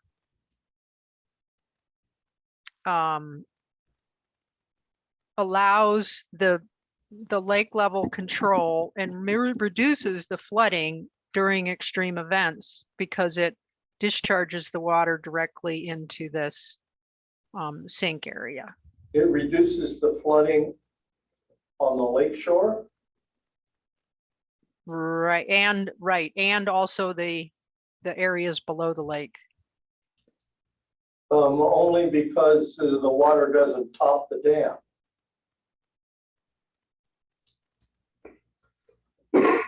Because it, yeah, because the water has a channel to go through. So there's probably what I can do is follow up because we So did have a there's we no did have a rain in there or anything. The only place there's evidence of a break in the topo is on the east side of the low area. And it would seem to me that if it's appropriate to call it a dam, if the dam were not there, then that whole area would flood every year. So the lake would essentially expand all the way down to Trent Avenue. No, she said earlier that if the dam were not there, it would only flood to, can you show a hypothetical line or imaginary line? Yeah. Yeah, so if you look at the topography, it's getting a little bit, there's a high point along in here about where the channel control gate is. So but the channel is kind of dug through that high point. It's gradual, but it is a elevation. So really what you're looking at is from here north is kind of a bowl, you might think of it, the lake and all the lands. And so without that channel dug through there, the flood elevation on the upstream side would be confined, and is the waters would be more confined. Not that they could possibly overflow, but they don't naturally go through this channel. Okay. I This understand. what was you're saying. man-made. Of course, it's been there a long time, Yeah. you know, from the turn of the last century. So it's So not like it's anything new, but Can you do me a favor now? Yeah. Can you turn off the parcel numbers and turn off the map layers except for the boundary, and turn on the elevations, the contour lines?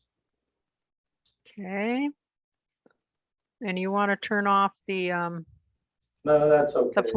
the flood layer too, probably. That gets a Yeah, little I bit want to be able to confusing. see the contour lines when they print. Okay, all right, let's go for contours here. Let's see, Newman Lake contours, I think. There we go. These are pretty. There we go. So we can zoom in, maybe it helps a little bit. So this is the 2130 contour. You'll notice just kind of 2136. So this area right here is very 36. visible when you're out there. So this is 2136. So this is Right, so 2136. right, if you go up north here, we'll go back up north here so this is here, this is 2128, 2130. Yeah. Okay, so can you show me 2132. where the high point is you were referring to? Well, it's generally around in here. So this is where the water control gate is, right about in here. And then should start kind of going back down here. So here's 2134, 2136, 2134, I'm convinced. and then it goes down. Yeah, 2136. So So essentially, you're saying the lake would never go over 2136. it would rarely, exactly, yeah. And we've got some models from that that I could pull up and forward to you. I don't remember quite the results off the top of my head, but that kind of demonstrate that were done recently as part of the dam safety investigation. And that indicate that it would pretty unlikely that it would go over if the channel wasn't there.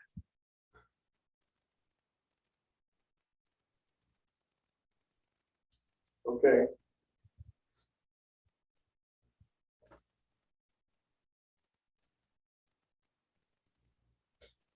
Just out of curiosity, what's the elevation of Star Road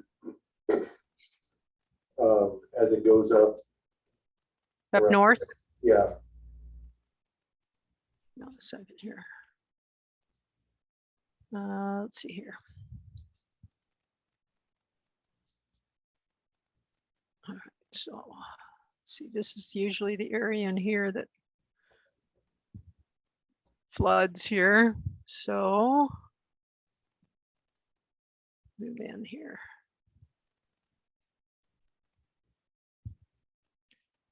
So we have about a 2130 there. I don't know if it, let me zoom in a little more maybe and see if it, these are 2-foot contours, so LiDAR contours, so it's not sure.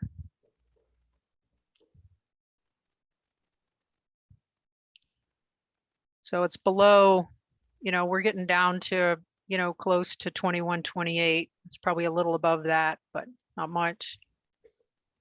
It's safe to say it's below 2136 in spots.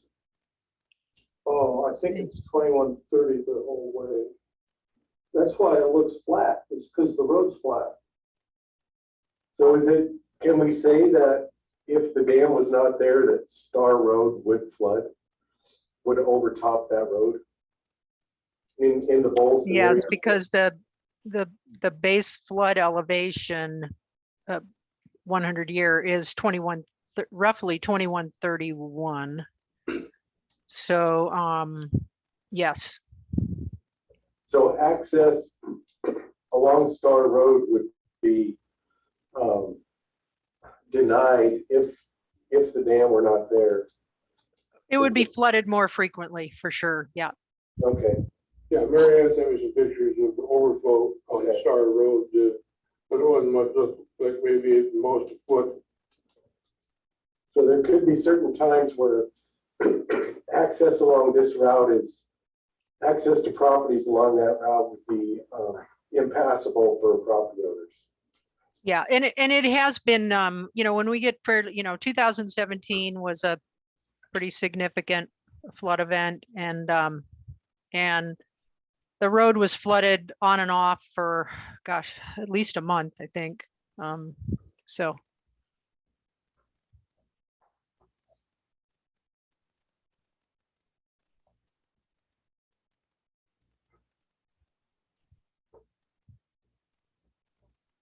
But from the pictures, it didn't look like it was impassable.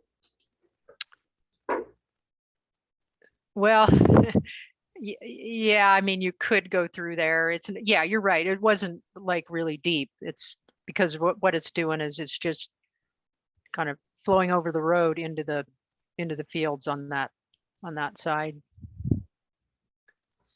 But the road became closed, one, for safety issues, and two, because the base of the road gets saturated, and so they can't handle a lot of traffic on it until it dries out.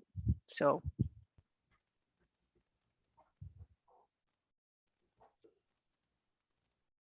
So can we put the flood layer back on and go to the bottom of the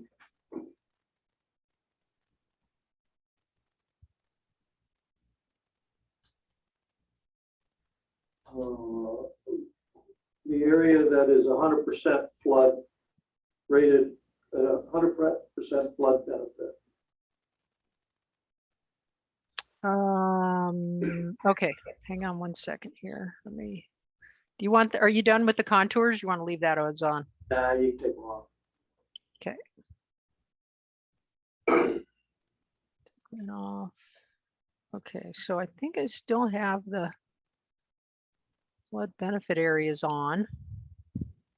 Let me zoom out here a little bit so you can kind of tell. They only print when you zoom out or zoom in. Okay. So that light tan area is, so we can look it up here. That's a class 100% benefit area. Yeah, so the area immediately to the, like in the southwest quadrant of that, adjacent to it, that's got hash lines on it, above West Newman Lake Drive. This area, that's all class 5.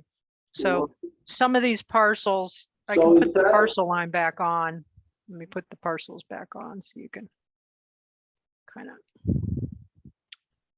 see Those homes which. here along West Newman Lake Drive are at a higher elevation. They're pretty high up. So The parcels at the intersection of Star Road and West Newman Lake Drive, yeah, the homes are situated quite a ways above the floodplain there. I noticed that they're a number of feet above.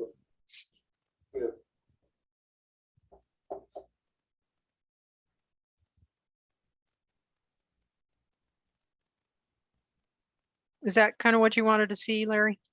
Did I Yeah, so my question is, maybe that area shouldn't be a 0, maybe it should be something else. If it's, do you know, like in 17, was there water in those fields? I can relook at what pictures we do have and forward them to you. I don't remember. I know a lot of these fields. We have pretty complete aerial photos from the 1997 flooding, a little more limited, the photos that we have from 2017. And 97 was a bigger flood, wasn't it? Yes. Let's Yep. use 97 now. Okay, I can pull those photos together. But let me wait. Actually, maybe I can look them up here real quick. Let's see if we've got. 4-foot snow in our house. At a neighbor's house. Just before we were here. That was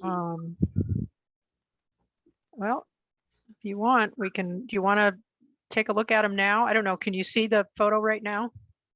sure. We're still looking at the map.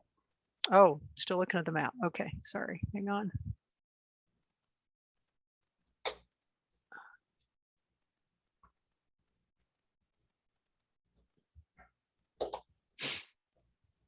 Okay, so this is the area below the lake, kind of looking from west to east.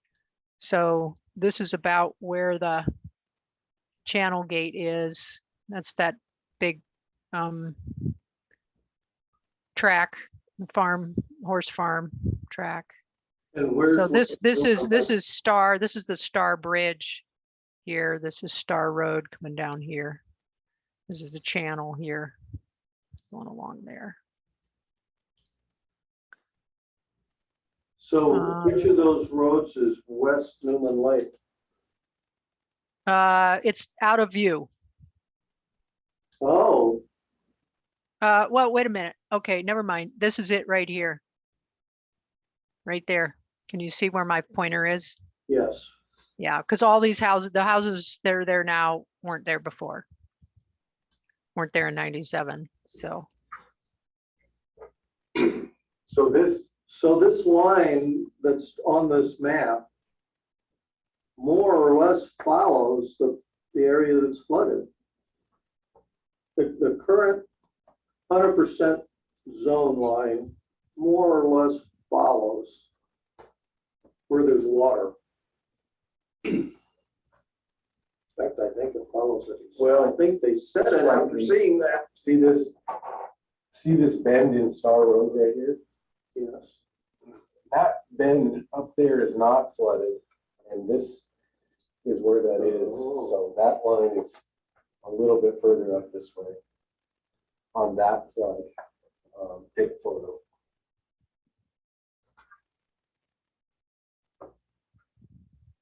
No, wait, no, that's not right. Mary Ann, Sure. Yeah, you want to flip back to the, let's see if I can flip back to the map.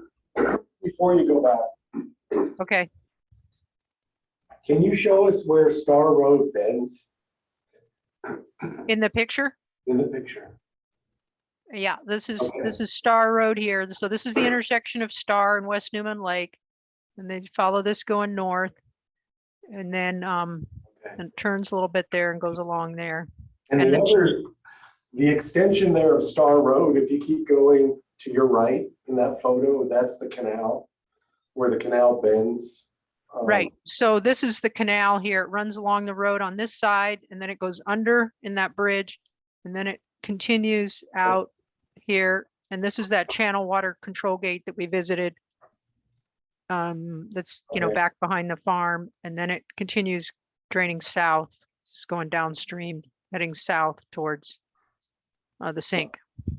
So back to what Larry said, then, this 100% benefit ratio pretty much follows this flood photo. Yeah, I think it has a little, what that diagonal line kind of runs right along here. Yeah. Okay. Yeah. wet spots in here. Yeah, looks like it. Okay, Do you have a picture like that of the headwaters of the lake?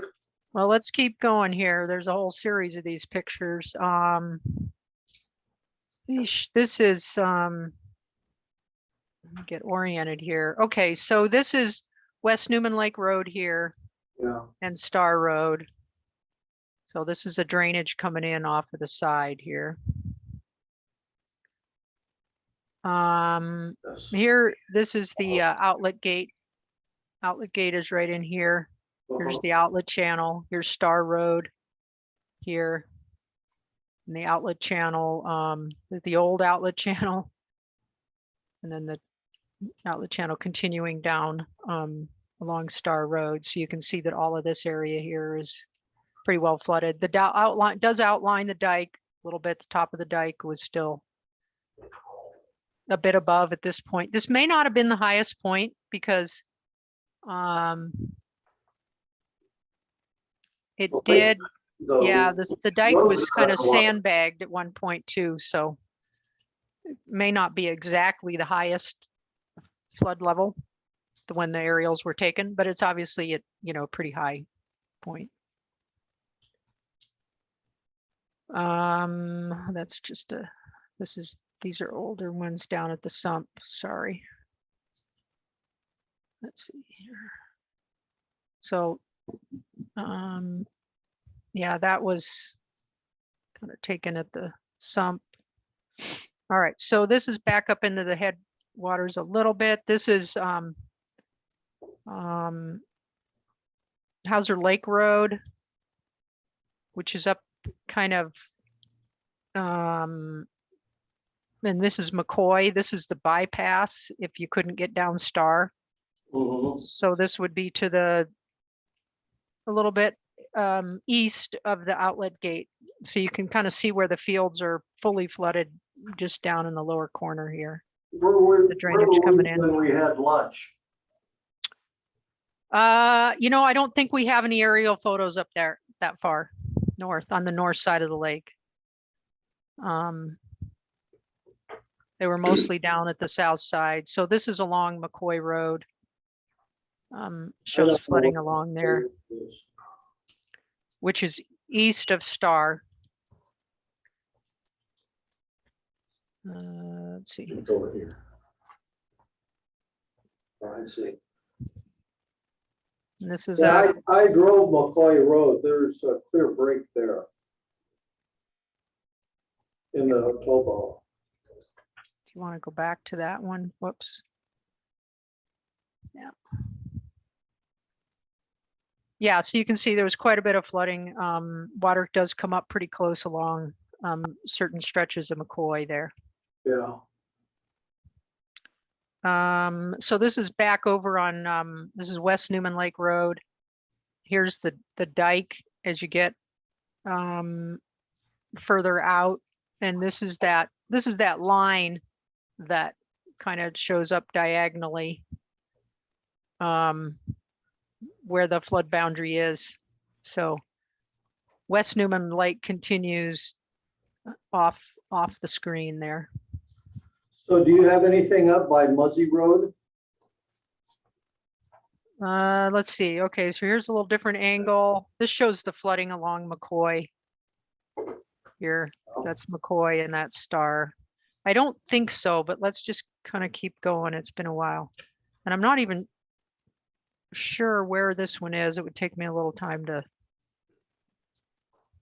sort that one out. Okay. So this is a little bit bigger picture. So this is the lake here. Here's the dike. Outlet gate is just off the screen, and this is Star Road.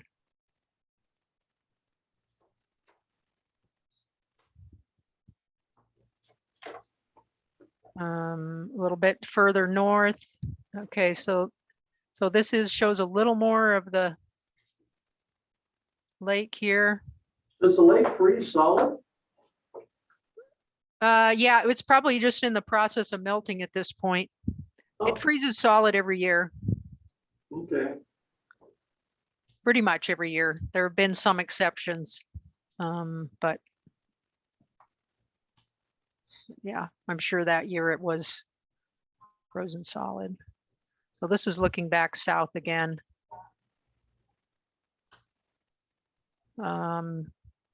Here's that farm and the outlet channel. See, and that's down on this is the outlet gate. This is next to the outlet gate, east of the outlet gate. That's just downstream again. Here's the dike. There's the lake. There's the fields. Mhm. And then these are not in the same, these are probably taken after or before or after that. This is obviously during the different season. So yeah, I think this is about as north as we get with these pictures. Okay. Yeah, So has there ever been any flooding let's just skip up through. where Thompson That's Creek? it. Yes, that, in fact, Gary was asking me those questions. Yes, it does flood. If we go back to the map, can you see the map now? Yes, Okay, see the county map. right. Okay. So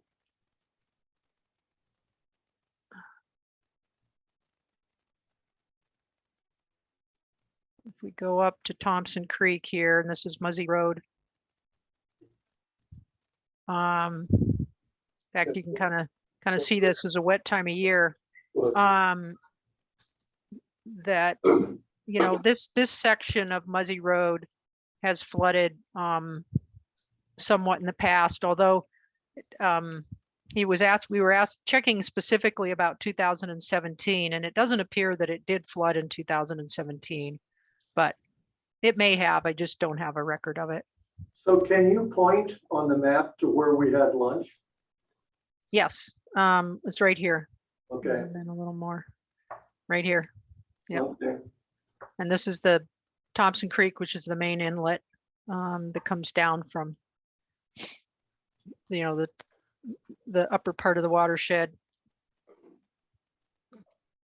And this is where they were installing the beaver dam analogs to try to trap more of the sediment on this area here.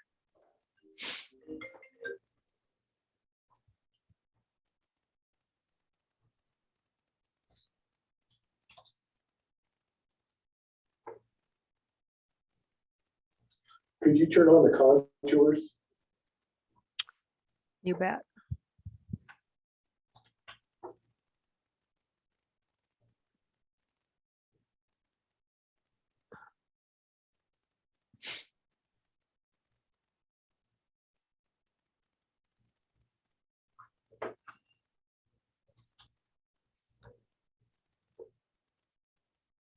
Go in so you can see a little bit better.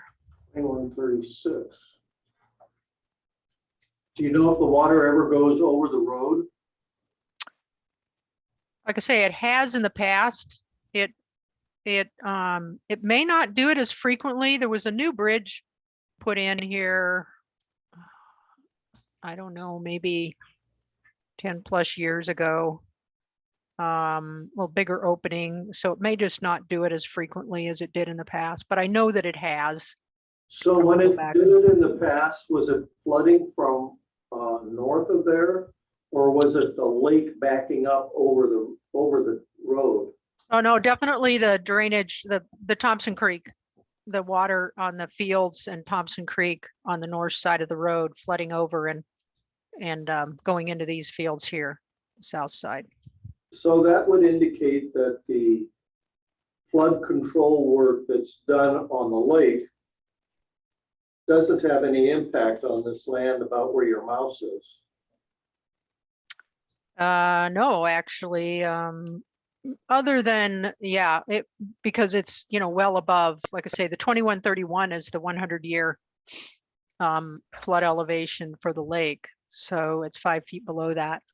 There would be some, I would say that, if you go back, I should zoom out here a little.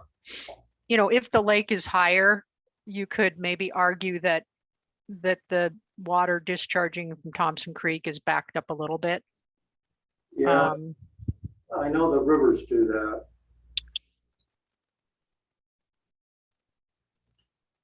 But it is quite a bit lower. Yeah. Because the downstream elevation does affect, the elevations working their way up. Does that yellow benefit area roughly represent 2131 foot elevation? That's a good question. Let's see, I think this is 2130 here. So these are 2-foot contours. So that's 2132. So yeah, to some, So this would represent it back. just to some extent, maybe, yeah. So I don't see anything wrong with the way the lines are drawn, the shading is done.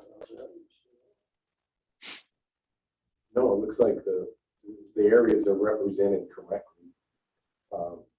The benefit ratio may be different with what we determined, but it looks like the areas are.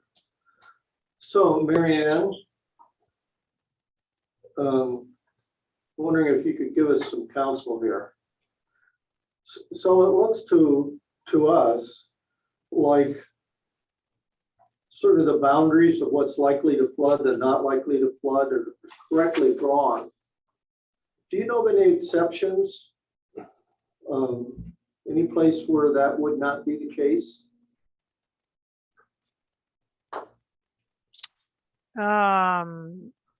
So let me make sure I understand the question you're asking. So you're saying that so far what you've seen, it looks like you think that the current benefit areas are probably boundaries anyway. Yeah, just the boundaries. Look like they're in the right place, and you're asking me if I know of, are aware of any discrepancies in that. Not off the top of my head. It is something that we could maybe try to take a little closer look at for you. Well, I think the people in the participants, the property owners, would appreciate that we were due diligent in that respect.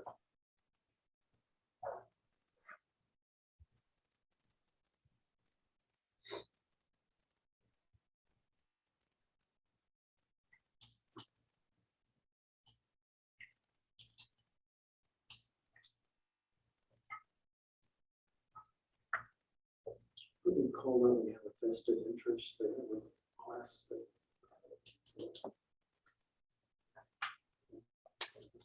Okay.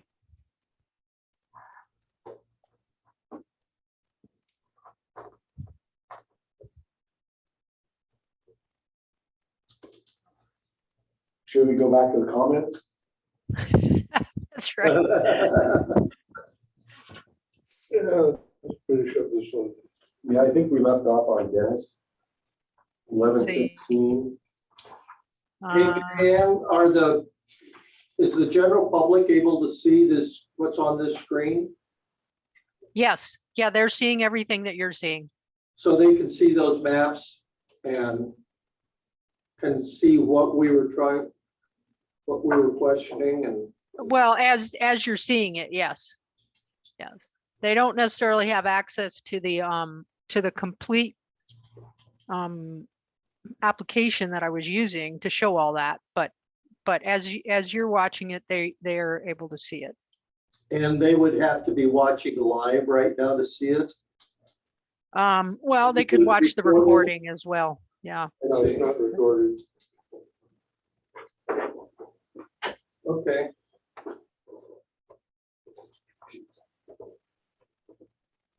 I think back to Dennis, he had talked about some issues with the dam, and that if a new dam were built and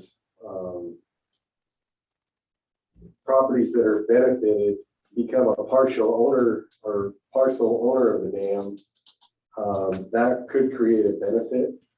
I'm not sure that I fully follow that logic at this point, but we'll look into it further.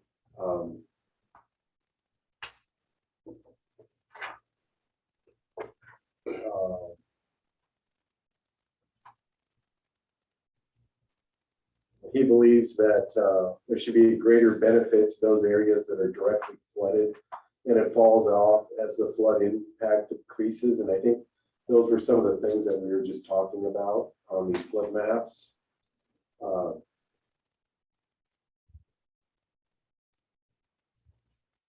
Am I in the right spot for you? I'm not sure where. Page 7 of 10 on the top of the page. Let's see here. Okay, go That's to the it, next yeah. page here. All right, okay.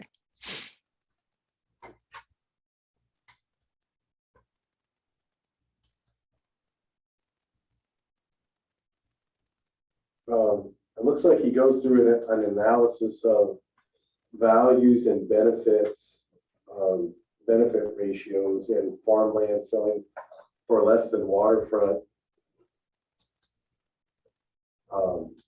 And I don't know that I follow the logic here as well. Other than if we determine a greater benefit, it should be independent of the values that the assessor derives, rather than trying to weight the benefit relative to the value. And I may have to read through this a little more closely to understand what's going on, but I think our ratio should reflect the benefit and not necessarily tie it to a value. The value is the value, right? Right. Okay.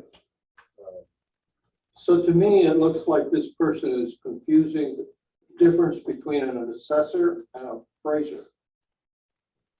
And he is contemplating that we would somehow be changing assessed values. That's not in the scope of our work. All we're concerned with is the boundary lines of the different benefit areas and the proportionate amount or how much each area benefits, which is done on a proportional basis, on a percentage basis. Right, I agree. Dennis goes on to talk about benefits must consider the relative impact of flooding, which I agree with. Must consider, water level maintenance, whether it's on the lake, near the lake, lowlands, or downstream. Keeping Star Road and Trent Avenue open. Wait, what's water level maintenance? Well, it's water level maintenance. I think what they mean by that is regulating the water level in the lake. I see. And the dam helps regulate the water level rather than having it go up and go down really quickly. They can regulate that. And he's seeing that, I think, as a benefit, which, it protects from erosion and certain things like that. Keeping certain roads open to get in and out of the watershed. Star Road, we established that, at certain times, certain flood conditions, that road is flooded and difficult to pass. There are options around Star Road. It sounds like people can use McCoy Road to a certain degree. I don't know what kinds of vehicles McCoy Road can support. There are also roads that come in from the west. There are, yeah. I don't know their names, but I know where they are. And I think they can get around the lake on West Newman Lake Road to a certain degree. And what was the other one that floods, you said, Mary Ann, is it Muzzy Road up by Thompson Creek? But I think that flooding was coming from the upper watershed and not from the lake. So that's a Yeah, different, that's what you said. that's a different situation. Another benefit is noted as desirability for the community, real estate stability, safety. Not sure what is meant by safety. Maybe that could be expounded on. You guys understand what safety might be? Well, safe for recreation. Okay, for recreation. I find this helpful. Yeah.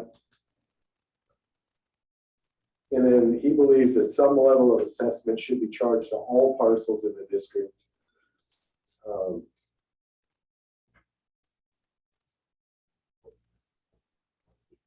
And he finalizes as an alternative is to assess every parcel $25 and call it even.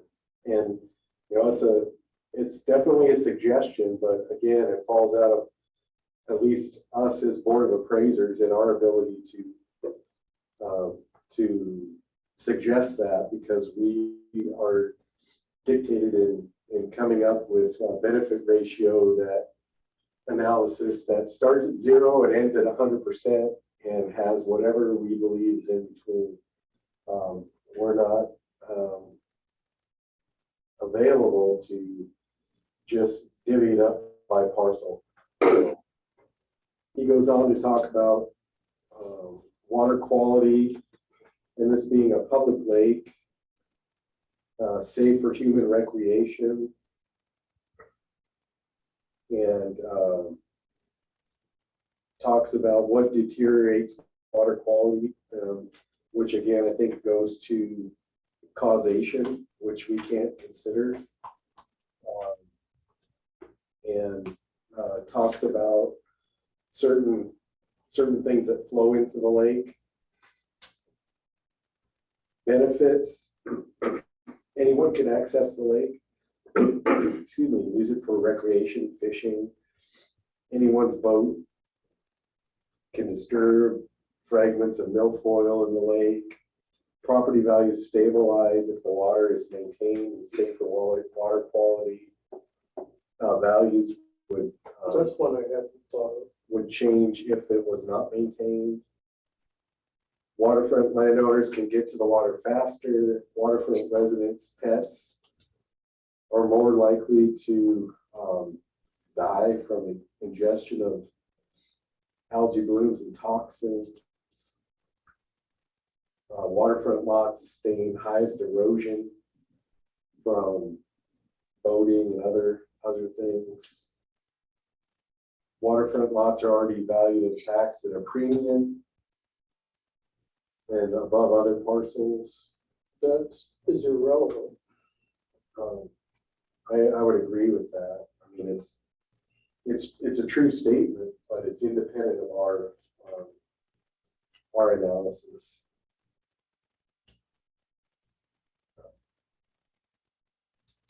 He said parcel owners do not object to paying higher assessments or on property farther back from the water when a homeowner with a large house occupied by 4 residents pays $2,500 a year to keep the water quality safe, so he can sit on his dock and watch recreators on the lake.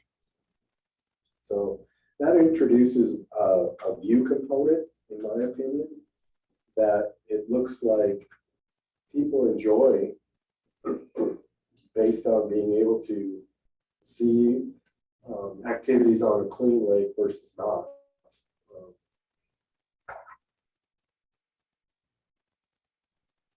It's not a clean lake. It's cleaner than it would be if it wasn't treated. That's probably like an either or thing. Yeah.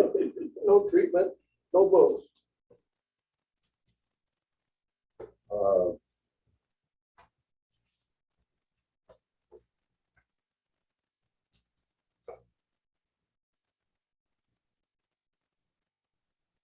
You see anything else here, Gary, that I'm No, he's talking about, talks about general public using the lake, and it's many times the number of people that live on the lake, and people come from all the county to recreate on the lake, and but it's here or there, as far as we're concerned.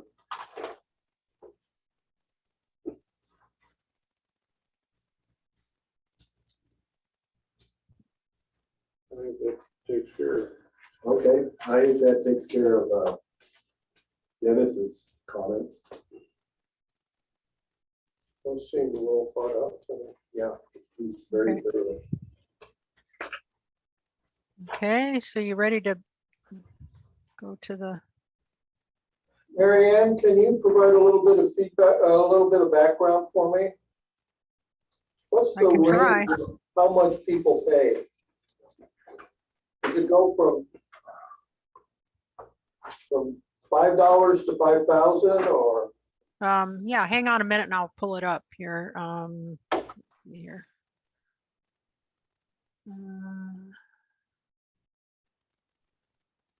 So I'll give you what the current is for the year here.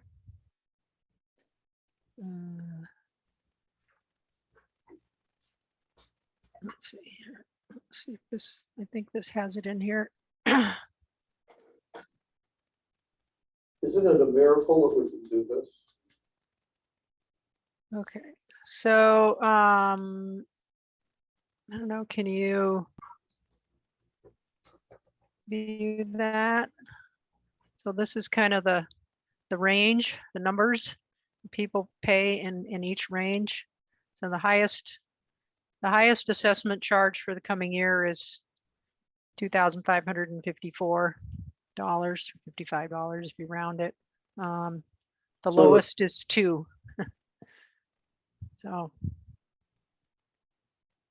Boy, that must be a big house on a big lot on the water. yeah, this is the graph version here.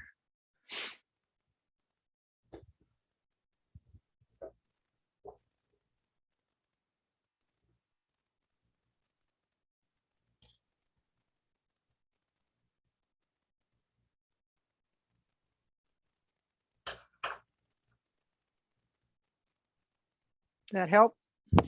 Does.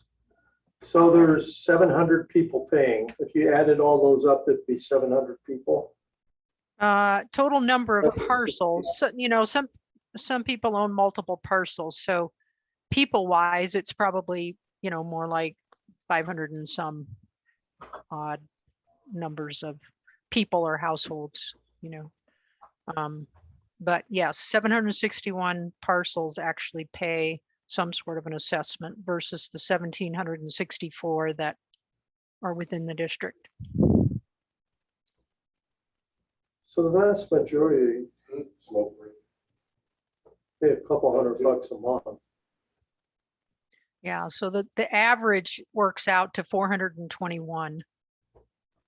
But yeah, Okay. Okay, let's take a lunch break, be back at 1 o'clock.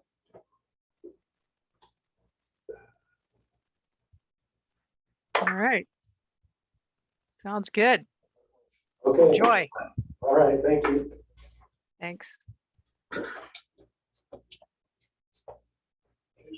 a cold. Yeah, for 3 weeks.